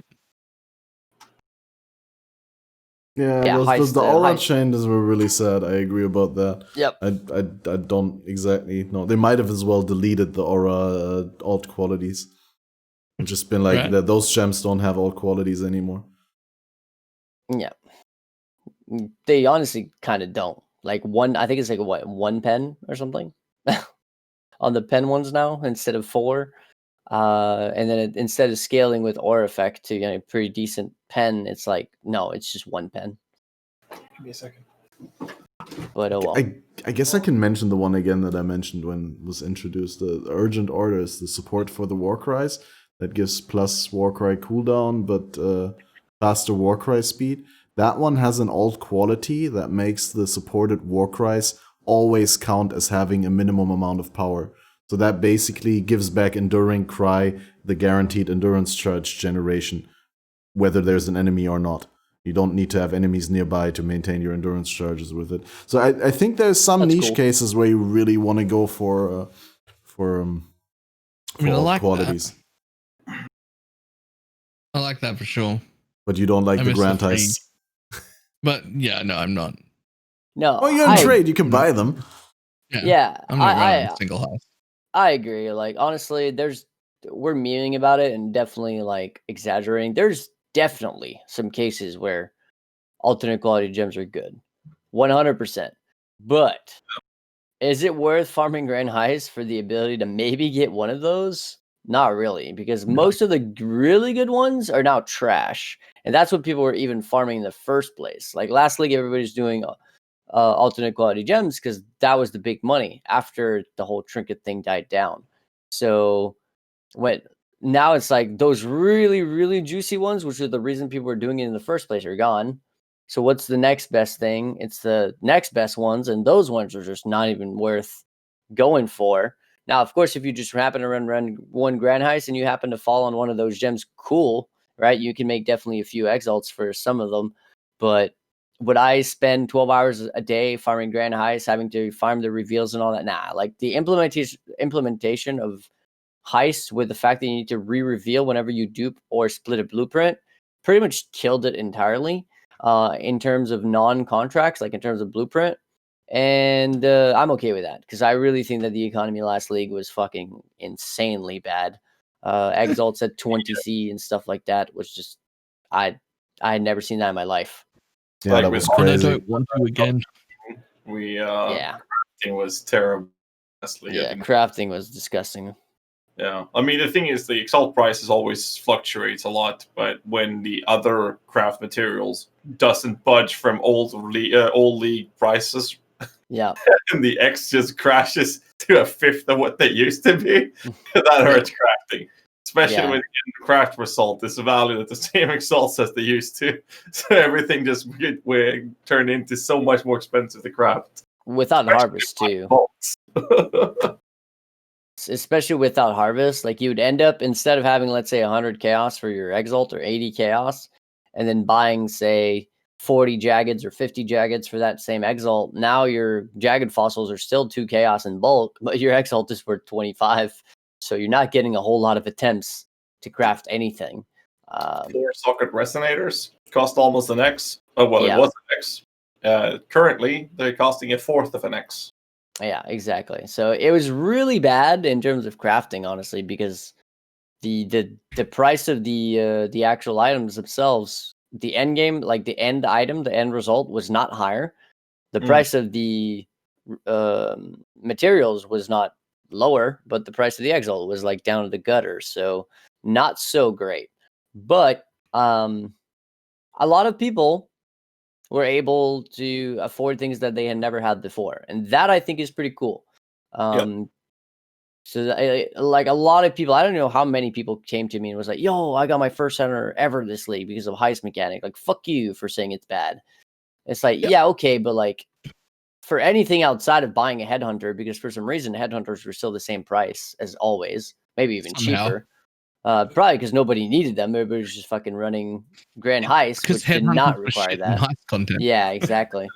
So I wasn't a fan of the mechanic. I thought it wasn't good for the economy at all. And the implementation is good. I'm really happy that they didn't like do it a half-ass job, kind of like what I feel like they did with Harvest. They actually went in and they were like, fuck that. If you're duping this shit, at least they kept it for people who want to do it. But the fact that you need to re-reveal the rooms means you need to farm the contracts to get the reveals. or buy them from other players, and you need to farm the markers or buy them from other players, which means either you need to map or again farm contracts. So you're no longer like shortcutting 90% of the content just to farm those blueprints on farm like over and over and over again. So I'm really happy about that implementation, even though realistically it pretty much killed the whole heisting in general. Well, I mean, if no one's doing the heisting, if it's killed for everyone, then alternate quality gems and the replica uniques and everything, there is still some desirable ones. So they would skyrocket in value because there's no other way to get them. So that would enable heist again. Like if no one did it, then you know what I'm trying to say. Like if no one does it because it's not worth doing, then it becomes worth doing because no one does it. So I think it's like I think it's in a healthy spot. Honestly, the only problem I have right now with heists is that you still lose your loot, and the game is pretty unstable for me at this time. Like I wanted to say it's the best launch ever, but with some of the recent patches, they patched in some crashes again for me, and I have on average I'd say like 2 to 3 just straight up crashes to desktop per streaming day, at least. Where just the game freezes and then vanishes, and then I have to restart. If that happens in a grand heist after I picked my reward during lockdown timer, and I lose that contraband stuff, and possibly even some valuable stuff from small chests, I'm just gonna be so upset. That's why I haven't been engaging with it at all. Because that mirror off floor content just doesn't work when the game is unstable. So I'm gonna wait until I can expect to at least keep my loot there.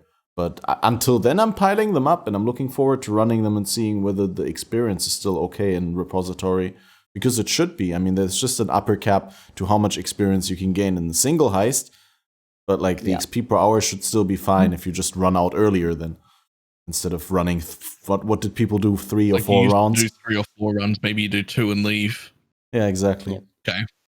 Now, if there's one thing in this whole podcast that I cannot disagree with more is the smoothest launch ever. This launch has been one of the worst I've ever seen in terms of crashes. Last league was a smooth launch.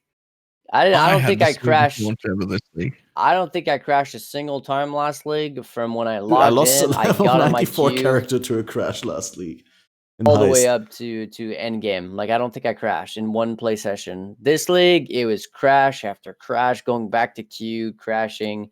Maybe it was just the servers, right? You guys play on different servers, so. Well, when you say crash, there's crashes of the client, right? But then there was also the database problems that they had that resulted in people getting booted and rolled back. Don't mix them up because those are separate issues.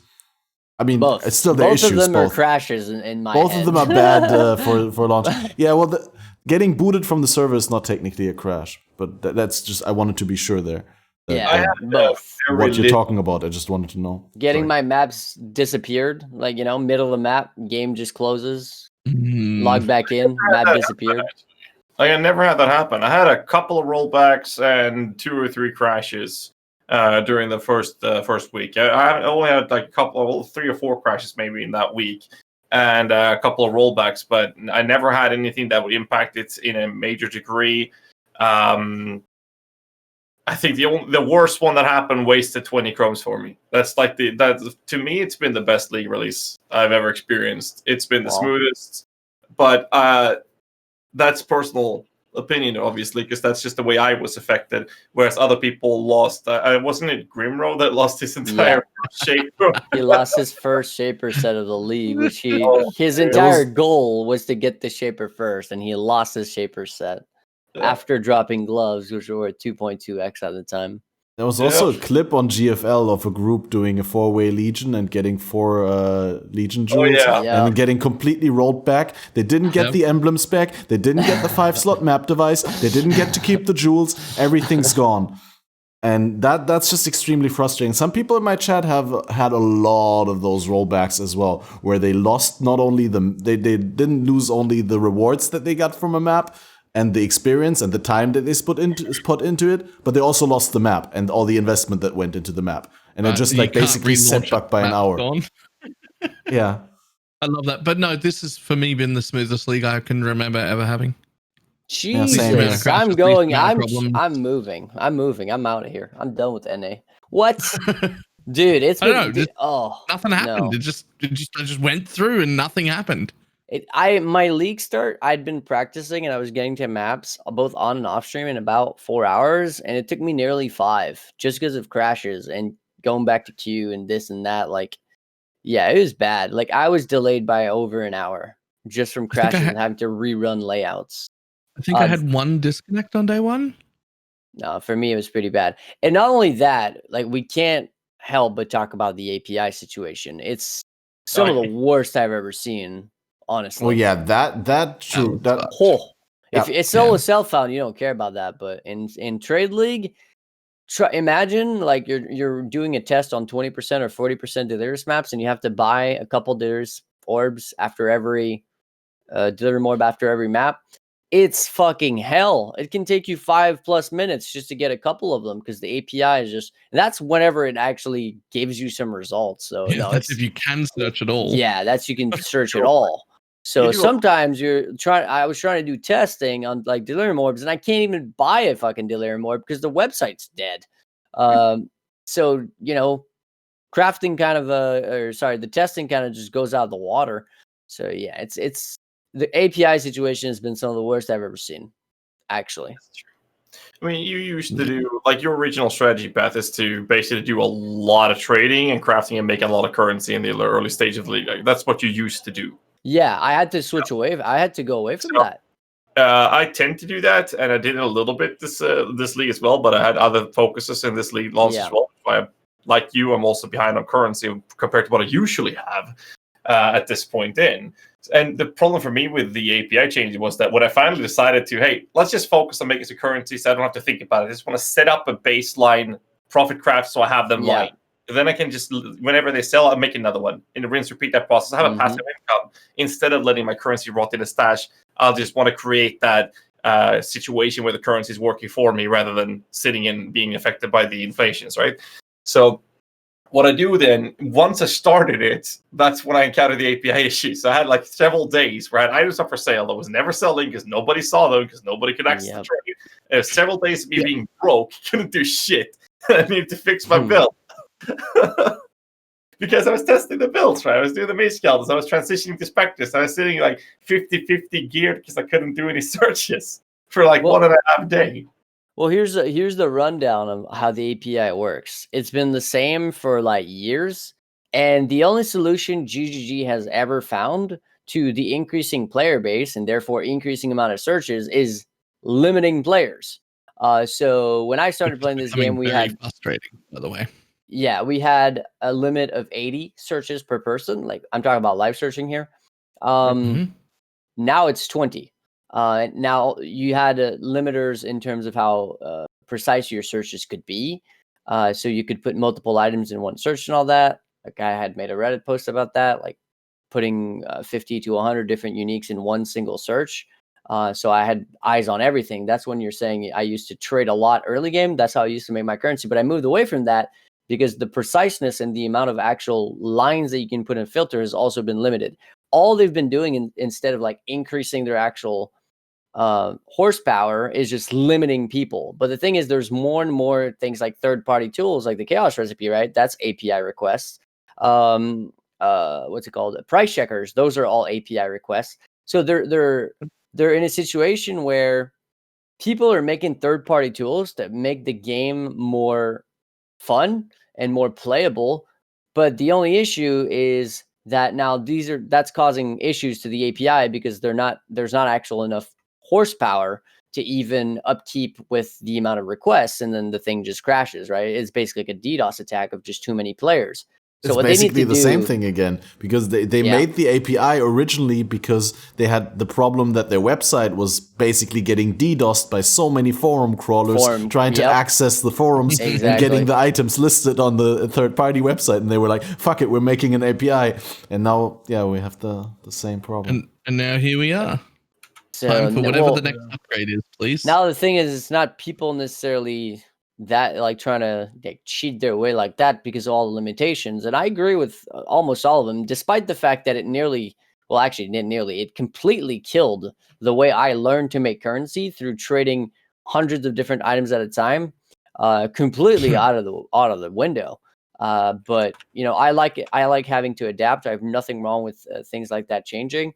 But like, if I'm trying to buy Delirium Orb and I just can't, and I need to access like third-party trading websites with APIs that somehow have better horsepower than GGG's official website, but that are self-funded or crowd-funded, that's definitely an issue. Like, I think the creator of PoE app said his website had more horsepower than the official API, and it was just like one guy. So that shouldn't happen, right? It's no longer a small indie company with a few thousand players. I remember this interview. Chris said, I think it was a Games Done Quicker or something like that. I can't quite remember. He was like, we need 10,000 concurrent players to make money with the game, right? They have way more than that. The game is no longer some small indie company game. And I think a lot of the money they're putting into development, a lot of money they're putting into like more content stuff, but they definitely need to put a little bit of that into actual infrastructure and horsepower for something like their own website. I mean, that's kind of an integral part of the game. If they're not going to add like an auction house or anything like that, there needs to be something that's stable. And no, I don't want a fucking auction house. Don't add me. That shit sucks. But garbage. There needs to be actually like at least a working API whenever some like people want to buy shit. Because it's super, super, super annoying when you're trying to like do some testing, or even if you're just trying to buy something for your character, like you need an upgrade, your character doesn't work. And guess what? The API goes down for 30 minutes. You're literally sitting in your hideout like, my character doesn't work. I can't do shit. I need this. So yeah, it's a little bit annoying. I think they definitely need to maybe go out and put a little bit more resources into that. Otherwise, though, obviously, in terms of like content, man, GG is hard to beat. A new league every 3 months, I have to give them that. For all the complaints and bitching I do about GGG, I have to give them that. Their content upgrades every 3 months, no matter if you like the league or not. For example, Heist, the actual raw amount of content that they give us for free is insane. So hey, got to give it to them. It's truly amazing what they can do. There's no game that competes with that. Oh yeah, at least and not for at the free, moment. and for free, which is even more insane. Now they do sell wings for like $60, but we're not going to go there. People want to support, they can, and I highly, I'm always on that side of things. Like I think they really deserve it, and with the amount of content that they're actually putting out, but yeah, a little bit more on the API would go a long way, I think. Yeah, trade improvements have to have, just quickly, one interjection. Trade improvements have to be coming soon because they've been requested several times. And GGG's typical response to that is that they don't want trade to be too easy, because if the item acquisition is too fast and too efficient, then that trivializes your character progression too hard, and it actually disincentivizes people from having several build stages in their build by people will just go bypass too much content in the game and go from their leveling build to their end game build and never change anything anymore. But I think we're at a point where that is largely achieved by obstruction through massive struggle and inconvenience with the technicality of trade, rather than an actual game mechanic that limits trade to that degree. I don't even need trade improvements. I actually don't mind trade. I just need trade to function and for them to not limit me to like 20 polls a minute or whatever. It used to be a lot better. I'm okay with the limitations, because honestly, the reason why that was put in place is to prevent people doing what I was doing, where I literally was flipping every single unique item in the game at once. That shouldn't be possible by one player. Now, of course, to make the filters required for that took me weeks, and when it stopped working, I was a little bit sad. But it definitely wasn't good for the game, and having just a handful of people be able to pretty much own every single market of every single item just because they put in the time to make the filters is definitely not a healthy thing for the economy. So I wasn't even like pissed about it. I was just like, okay, well, I got to move on to something else now. I've just got 20 whoops up for the build that I'm currently playing, and they error out 6 or 8 times a day. And if I try and price check something that I've got, that's one extra search, and that's too much. Yeah, I can't do that. I just want to be able to whoop items for myself. Okay, wait. Let me quickly rephrase what I was trying to say, because I don't think I got my point across right. What I'm saying is I'm fine with I'm a non-trade player at the moment, but I did play trade before, and I want to trade in the future. But I'm fine with trade being inefficient and slow, if that's what they want it to be by design, so that people actually progress. But the problem that I see is that that's largely achieved by frustration over how shit trade works, rather than a natural, like in the similar way that Harvest solved a lot of problems for frustration over item crafting, because there was no real targeted way, no real laid out path to your item, but it was just pure gambling. Right now, there is no real laid out path to your item, but it's all just frustration through the extreme obscurity of having to use a third-party trade site, then the API being down, then people not responding. Like, it's fine that trade takes as long as it takes right now, but they have to do it in a way that it feels natural and that it feels like progressing towards your trade, rather than wasting your time doing something that results in a dead end. They just need to make the API work. That's it. That's all I ask for. Just make sure that if I go to PoE.trade, instead of being greeted with some Cloudflare DDoS protection bullshit, error 404, I get treated with the trading website. And if I look up for an item that I want to buy, instead of being greeted by a 40-second little cog just spinning, and then the fucking thing crashes, I actually see what I'm trying to buy. So then if it's an item for my build, I can copy it into POB and see, okay, is this what's going to fix my build and make it function? Oh, no, is it the next one? Like, do I need a little bit more of this, a little bit more of that? Like, make it so it's actually usable. I don't care if it's hard to use, or if it takes time to actually go out. And if somebody doesn't respond, I need to like PM the next best thing. That's okay. I'm okay with all of those. I would hate an auction house in this game. It would literally, the amount of power that bots have on the economy right now is already massive. If you put in an auction house, they would own the economy on a whole You could other obstruct level. trade in a way that bots couldn't deal with it. I'm guessing you're talking about things like, for example, obviously this is a game that maybe not everybody who plays PoE know about, but Escape from Tarkov, where they added like a human check if you buy too many things too quickly. For example. Yeah, captures, for example. Yeah, captures. Just as a simple example. Yeah, anything like that. It's just bot checks, right? But the thing is, if you're running X thousands amount of bots, like the actual amount of bots that bot farms run, even if they all get captured after, 30 minutes of use, that's still a lot of damage to the economy that's being done. And if you put a capture for every single item, people are going to bitch. They'll be like, yo, come on, dude. Like, I'm a human, right?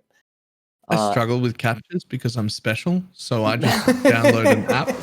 It was just an example. An extension on Google Chrome that just completes captures automatically, which is there hilarious because it's supposed to be a human check, and the thing's better at it than I am. Well, there you go. Yeah, but that also means that the bots are very easy to bypass captures as well.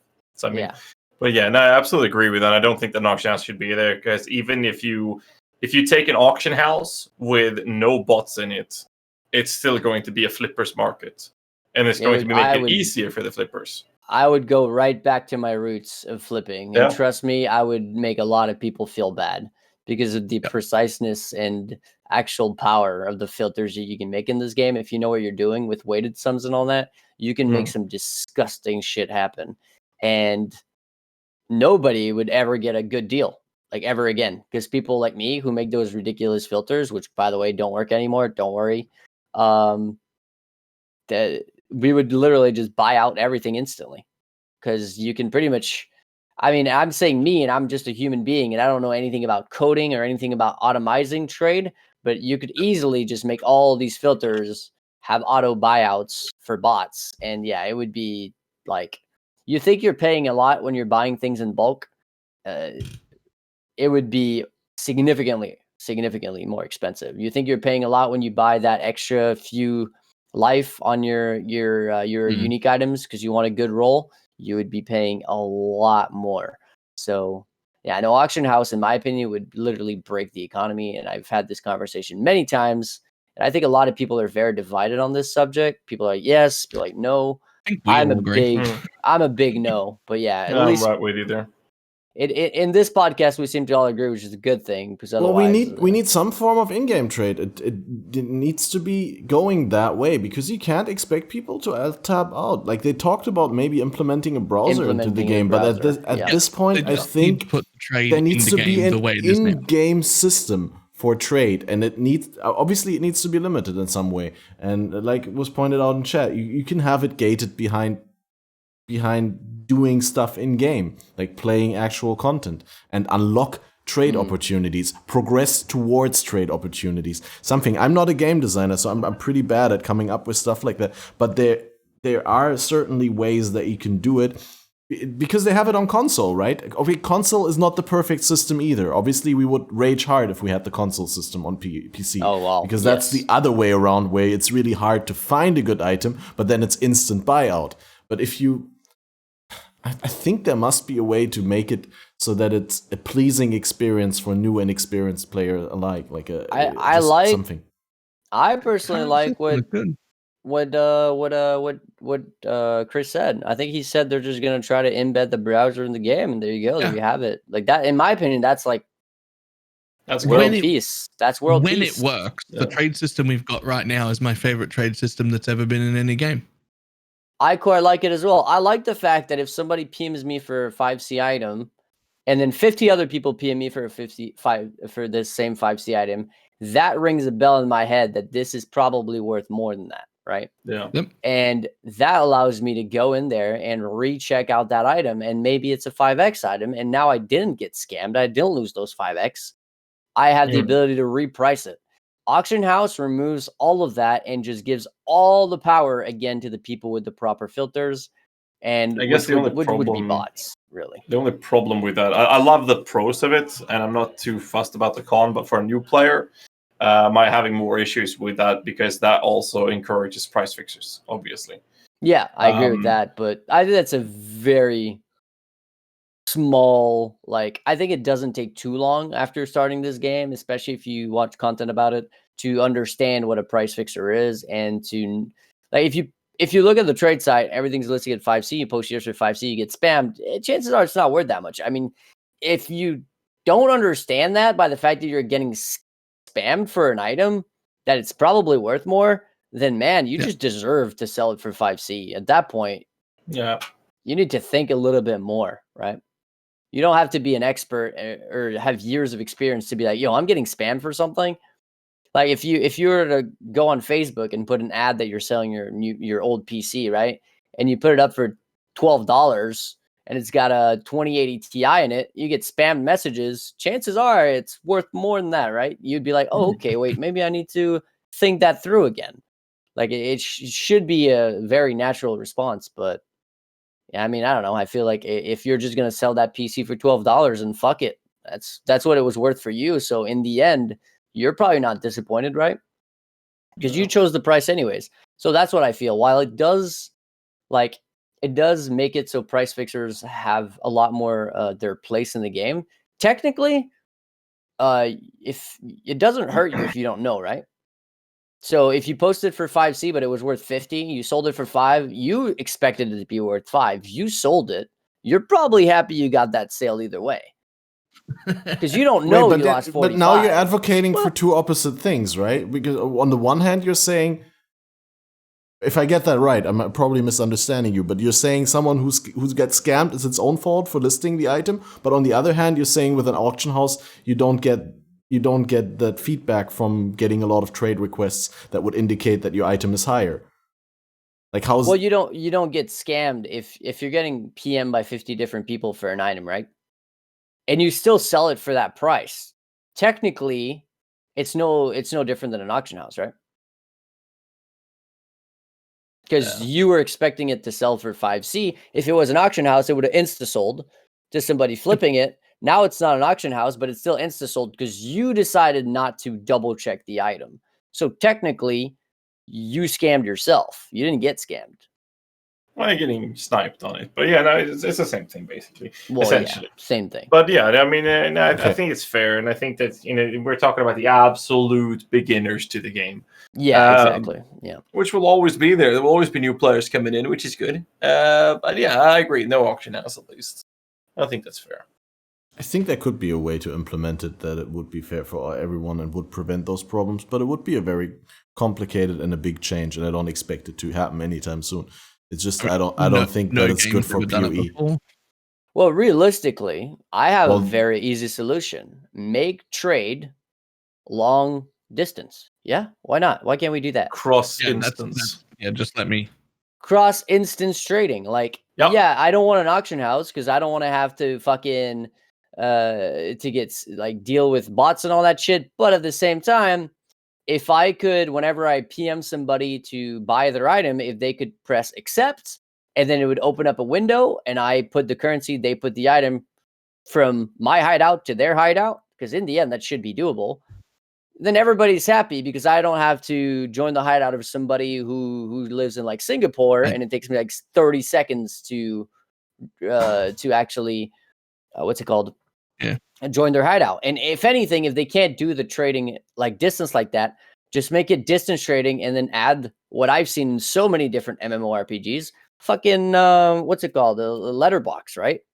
So you trade the thing and then it goes into your letterbox and then you just pick it up from there.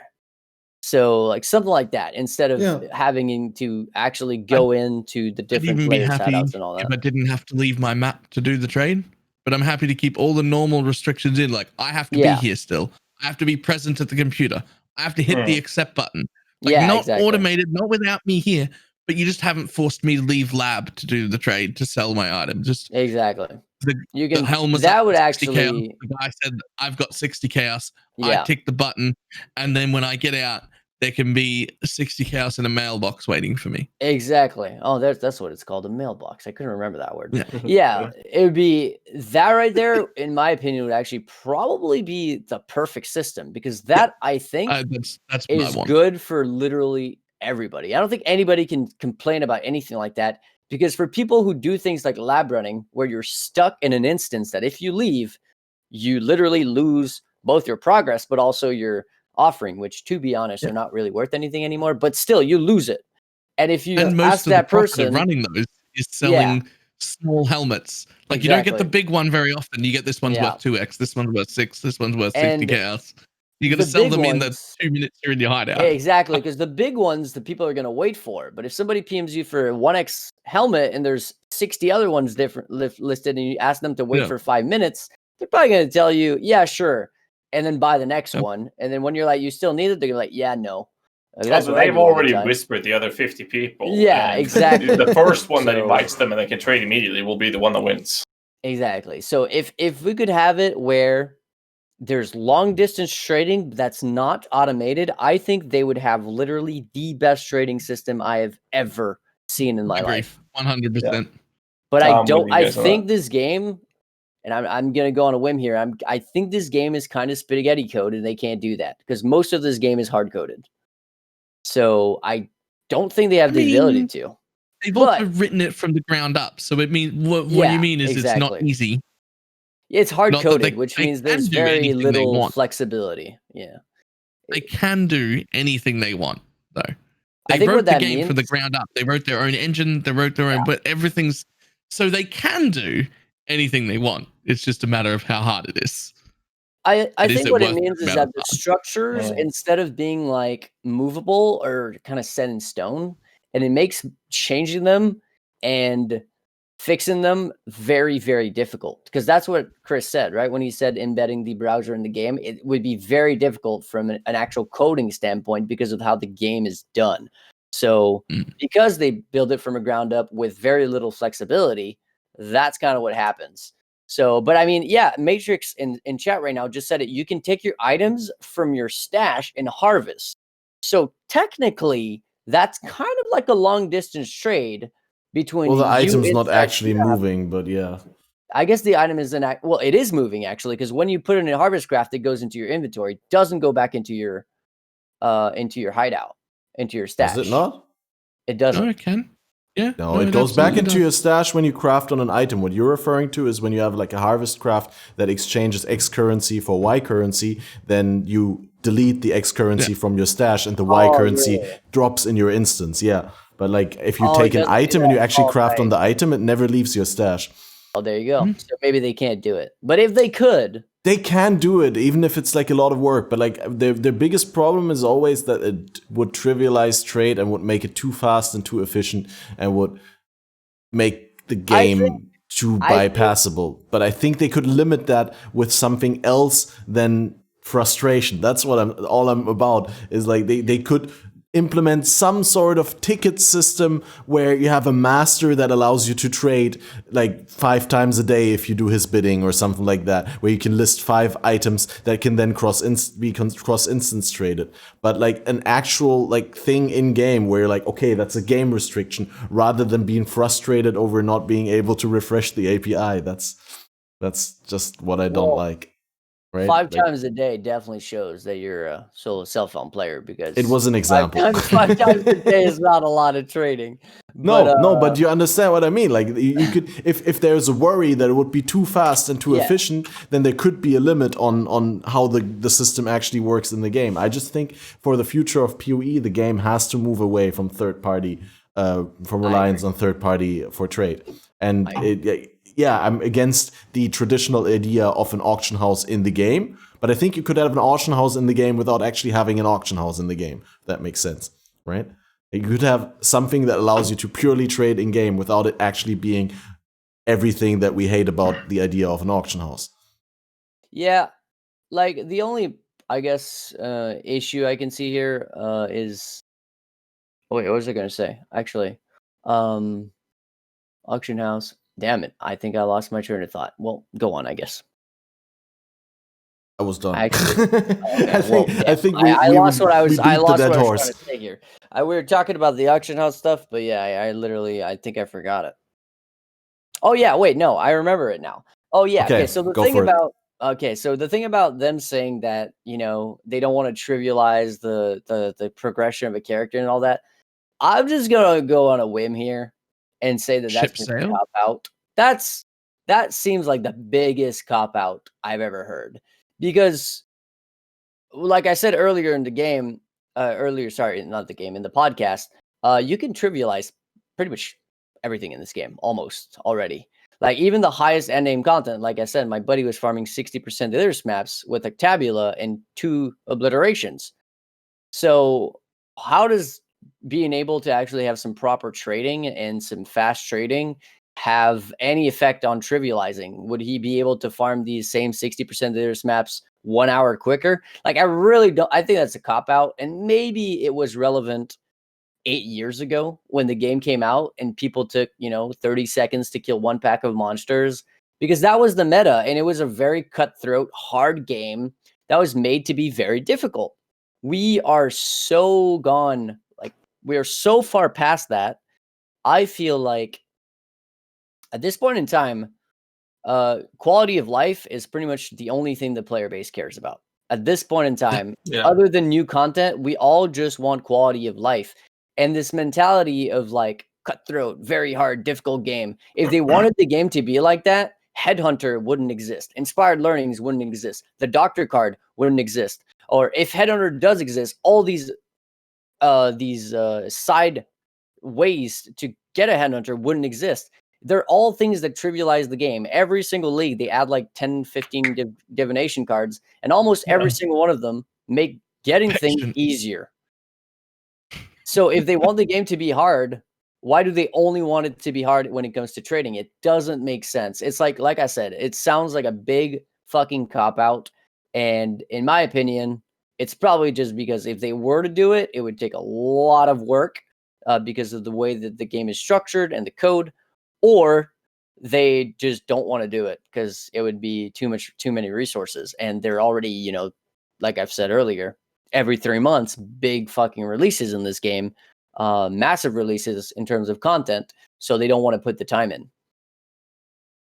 I mean, Chris has made a statement in the past about the trading being too easy, and they can't go back on it. I think someone mentioned in the chat as well, with his trade manifesto a few years ago, where they literally is stating that the trading is too easy, but they can't take away this quality of life because that would be an outrage from the entire community if they were to make trading harder.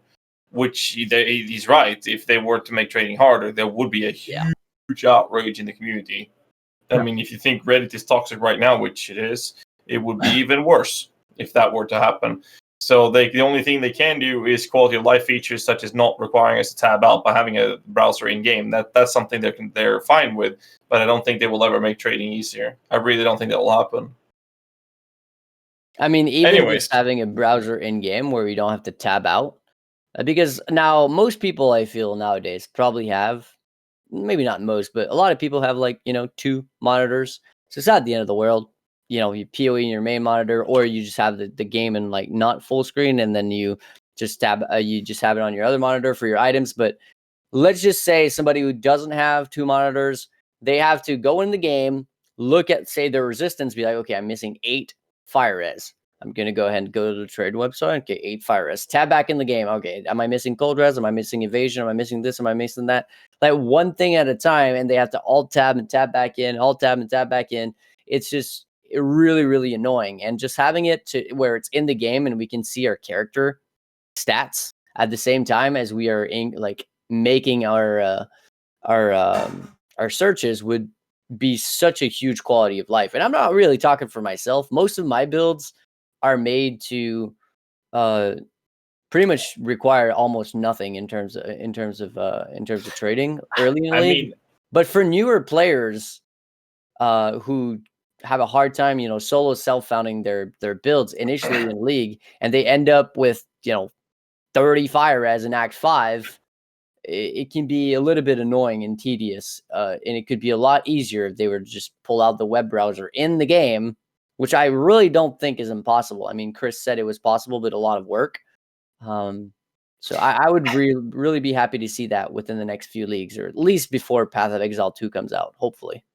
I mean, it could be worse. You could be forced to go through a list of people spamming up a Discord server to do normal trades. Yeah, sounds like hard stuff. Yeah. And now imagine that. Let that sink in for a few minutes and try to get a good night's rest after that. All your normal trade could happen like harvest trade. Oh, no. Yeah. All right, let's finish the trade off here. Is there... Okay. One final question before we finish this up, before we're actually going to the very morning. But do you think the game loop is in a good state? Is there anything other than the trade and what we already mentioned that you feel needs to be addressed in a future expansion? Like in terms of end game loop, in terms of gameplay loop, in terms of item crafting, not acquisition because that's only trade. But no, for me, it's like what Path was mentioning before, with the crafting being the last pillar stone of high-end investments. I would love to see that being addressed, which means drastically taking a look at how harvest works, which is gated penetrating again. So let's just stop there. But that's my only problem. You're basically saying crafting needs to become harder again. No, I think it's good that crafting is becoming easier and more accessible to the community, because very few people bother crafting. Most people throw their essences, they just sell them or never, like they don't use them, for example. Same thing with fossils and whatnot. I think it's really good that it's becoming more and more accessible. Absolutely. I just don't think that it should trivialize all the crafting, because one of the big things Pathfinder set out to be was hard 6 tier 1 rare crafted items should, in more cases than not, be better than a unique item and should be hard to achieve. That is not the case anymore. They need to fix that. That's my only problem at the moment. Everything else with this game, thanks to Echoes of the Atlas, has turned better than I could ever expected. I'm very happy with the game. Yeah, except for that. I love the state of the game as well. Yeah, I think it's... I'm like I mentioned this earlier in the podcast, but man, boss killers got so much juice this league. Yeah. The whole loop of, you do one of each of the guardians, one of each elder guardian, and then you go do your shaper, your elder, then your uber elder, then your maven fight, then the invitations, then you go back to farming those guardians. It has such a natural feel to it, instead of feeling like, oh, I need to go out and buy, my shaper set and then just farm shaper, buy another shaper set, farm shaper, or elder set, or whatever it is. It just makes it a lot more natural in the progression. And you don't feel like whenever you're doing one thing, it's significantly worse than the other. You just feel like you're working towards the next goal, working towards the next encounter, working towards the next encounter. And every single one of these encounters has been juiced up so much with the whole Echoes of the Atlas that they're all good. Like, be it farming shaper guardians because you have the nodes on the and then just maps, the haunted realms or whatever the fuck they're called. I can't remember. The middle Atlas tree, right? Whenever it spawns, it respawns your guardian at 33% life alongside another guardian, which both can drop fragments, which both can drop their uniques. Like, that has so much scaling potential, especially in the earlier state of a league. I really am happy about that. And otherwise, for mapping, Echoes of the Atlas made it great. Not having Nemesis on the map device, in my opinion, is a good thing for the game. I'm not a fan when people can actually get that. I wish Infused Nemesis was deleted from the game entirely. I feel like it trivializes headhunters. Yeah. And that's, I agree. That's what another thing is, like, why are they having? That's why are they so now. mad? Why are they so mad about now. trade when they're trivializing like all the end game? Yeah, that's the one thing that I'm kind of going out of this podcast. I'm like, I feel like there's just something wrong there. Everything is being trivialized with all of these new things, except quality of life in regards to trade. So yeah, again, like Ghazzy said, outside of trading, I think Harvest probably needs a rework. They need to go all out in the everybody can have it as much as they want, or nobody can have it. It needs to be a little bit more black and white. While I typically would like things to be more shades of gray, I think the way that it is right now just gives so much of an advantage to people who are willing to sit on Discord servers, or people who are willing to strike deals with, things like botting communities and stuff like that. It's just not very healthy for the economy of the game at all. Outside of that, the state of the game is fucking awesome. I love the Conquerors. I love the whole Maven mechanic and the new tree and what it adds to your general mapping, no longer if you're a 1%er or just a casual. And I'm really happy with the Ritual Elite mechanic, as I said at the beginning of the podcast too. I think that's great implementation. It's nice to see a Elite mechanic that is in map, that just adds more monsters, that doesn't require me to have like a PhD, like for example, Synthesis or Harvest. It's just, I kill monsters, I get loot, I run fast. That's it. Yep. I'm happy about that. Yeah, and, I love the fact that it doesn't interrupt my mapping loop. Yep. Yeah. And that's it for me. And it may feel a little bit like wasting time because it slows down your map, but it adds so much and it gives you so much in return that it's actually worth it. Yeah. Yeah. Balor, do you have any like pressuring point that you want to see addressed in a future update? Or you still need some time to get frustrated over the current iteration of the game in order to address something in a future podcast? I love almost all of it now. The last 2 leagues I've been bored as shit, and then they put this in, and now I'm really excited. He's a I'm just changed enjoying man. mapping again. You have no idea how much not fun I was having the last 2 leagues. 2 leagues? Last league was shit. I'll buy that, but the one before was fine, in my opinion. Now, Balor didn't like the one Harvest. before was Harvest. I hated it. I would have been incredibly happy if they never added Harvest to the game. I think it has no place to begin with, but we're past that, so it's too late now. Yeah. I actually agree about that. I would have preferred Harvest not to go core. I would have preferred Harvest to stay away. It was fine for a league, but I didn't think it needed to go core. But it being such a community favorite. Yeah. Yeah. Too late now, so it's here, so there's no point in dwelling over that. Oh. But other than that, love it. I guess love it.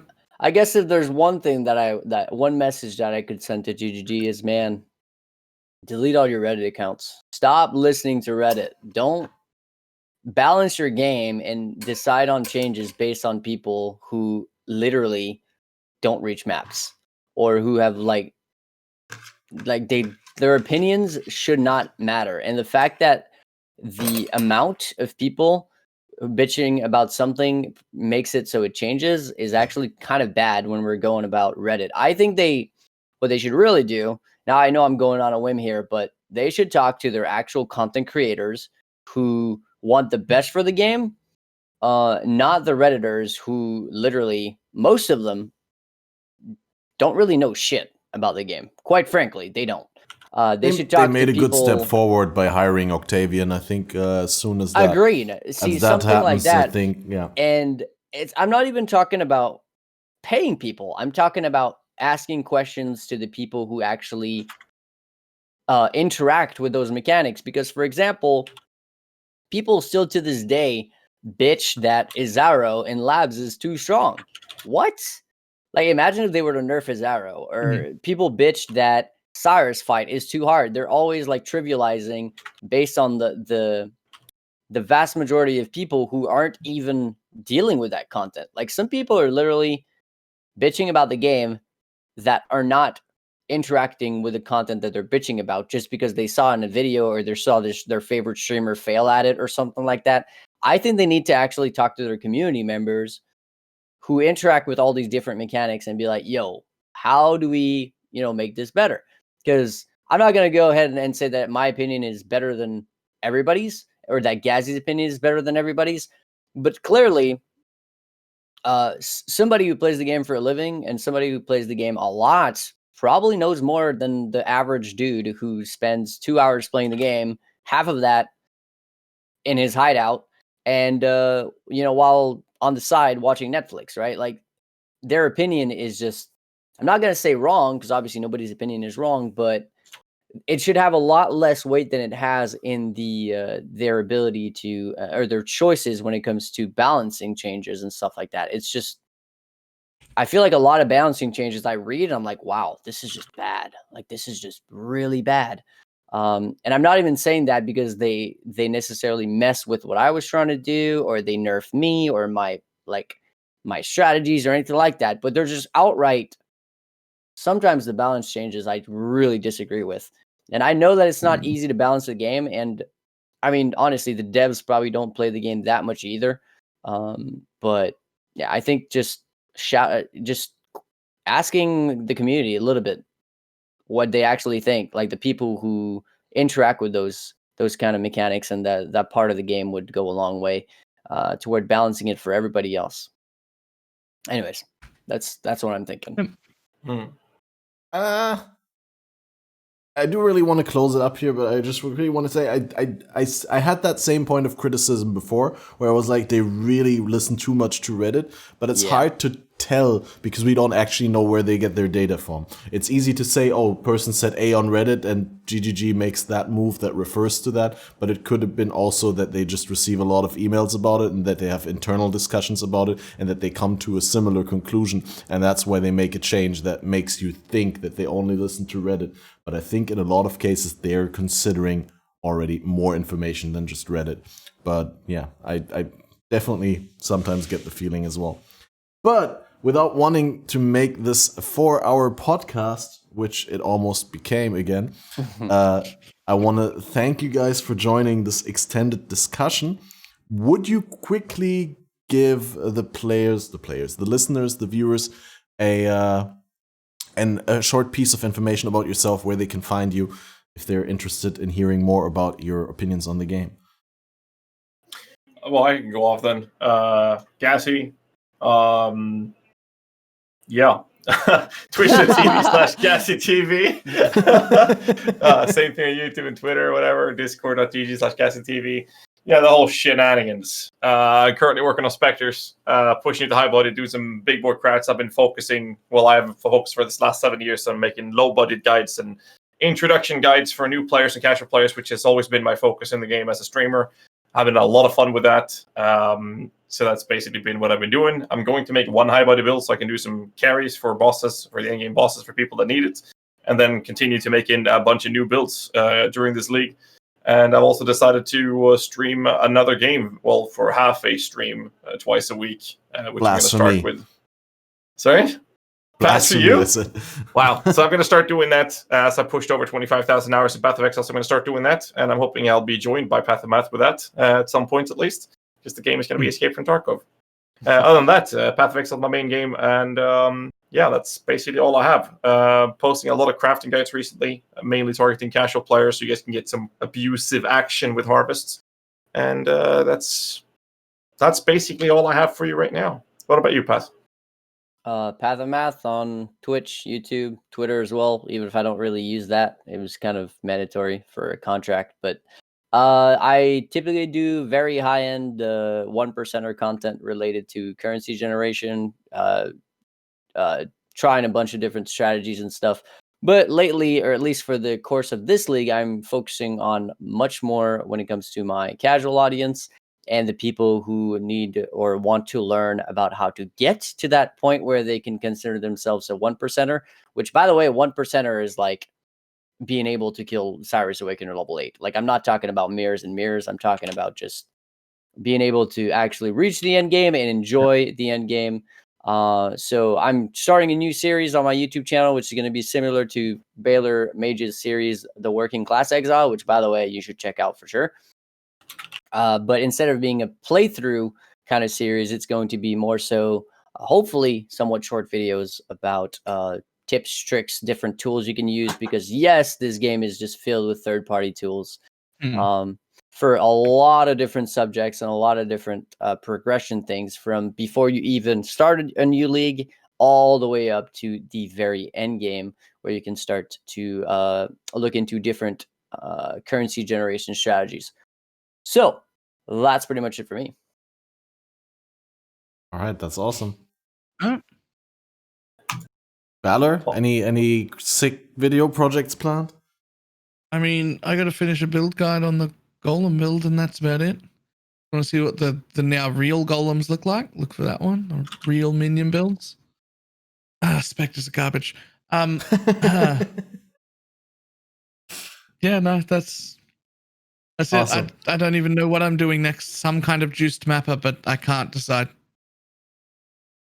That's the only plan I've got. Just at juiced mapper. Play cock. So many options. So many options. Twitch's favorite build. Just play cock. Oh, I'm actually going to play cock. My name's Catmaster OP, which is also the same name on all things. If you guys don't know me, but you're already here on the channel, so you probably noticed. And I did get a Cost Priest Malice. I play mostly hardcore solo cell phone, so I'm super happy about that, because I've never seen a Cost Priest Malice in-game, actually, in my own stash. And I'm probably going to try and make a cock build that doesn't die too fast. But I'm also hyped to try out something occultist, because we got 40% explosion instead of 25 now, which is really big. And want to make maybe a minion build, like Herald of Agony occultist sounds like cool, but I'm not sold. And I really want to make Winter Orb, because Winter Orb has been doable, as proven by Mathel with some investment. And also was doable during Harvest, with Harvest crafting insane items. And now Winter Orb actually got a buff where the duration went up by, I think, a third. It went from base duration 1 to 1.5 or something like that. So definitely want to try and make a comfortable Winter Orb mapper. And even if it just clears low content, it's going to be fine, just for fun speed running. Good luck. Good luck. Thanks. Mm-hmm. I actually hope it works. I mean, I played my old Winter Orb build from an SSF synthesis league, and while not good, it was okay-ish. So we'll see about that. I mean, I'll probably report back to you and say, fuck, it didn't work. But anyway. I want to be wrong. I hope it works. I really do. Yeah, I really hope it's going to work as well. You're going to need the luck, though, so good luck, dude. Ghazzy and I both want to play Winter Orb. Please show us that it's okay. Okay.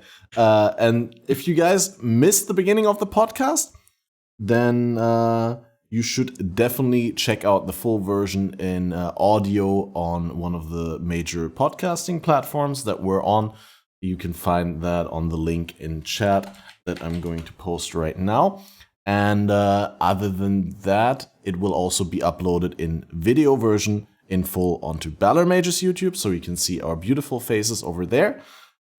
Make sure to leave a follow and subscription to the YouTubes and Twitters and Twitches of everyone who was on here. well, not me, but like the amazing guests honor their time investment into our humble community podcast here. And yeah, next podcast is actually going to be from my new place, the new apartment type, on 6th of February, if everything goes right.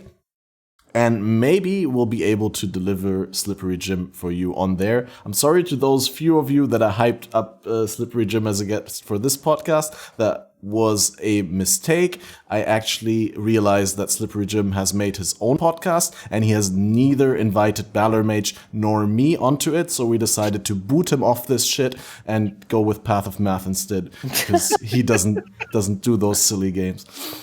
No, JK, it was a miscommunication. We actually wanted PathOfMatth as a guest on the podcast, but didn't quite communicate well between Balor and I. We have to work that out. But anyway, thanks everyone for joining. Have a wonderful time in Ritual and with the new endgame of the Echoes of the Atlas. And we'll see you in 2 weeks' time for the next Faded Connections. Bye-bye.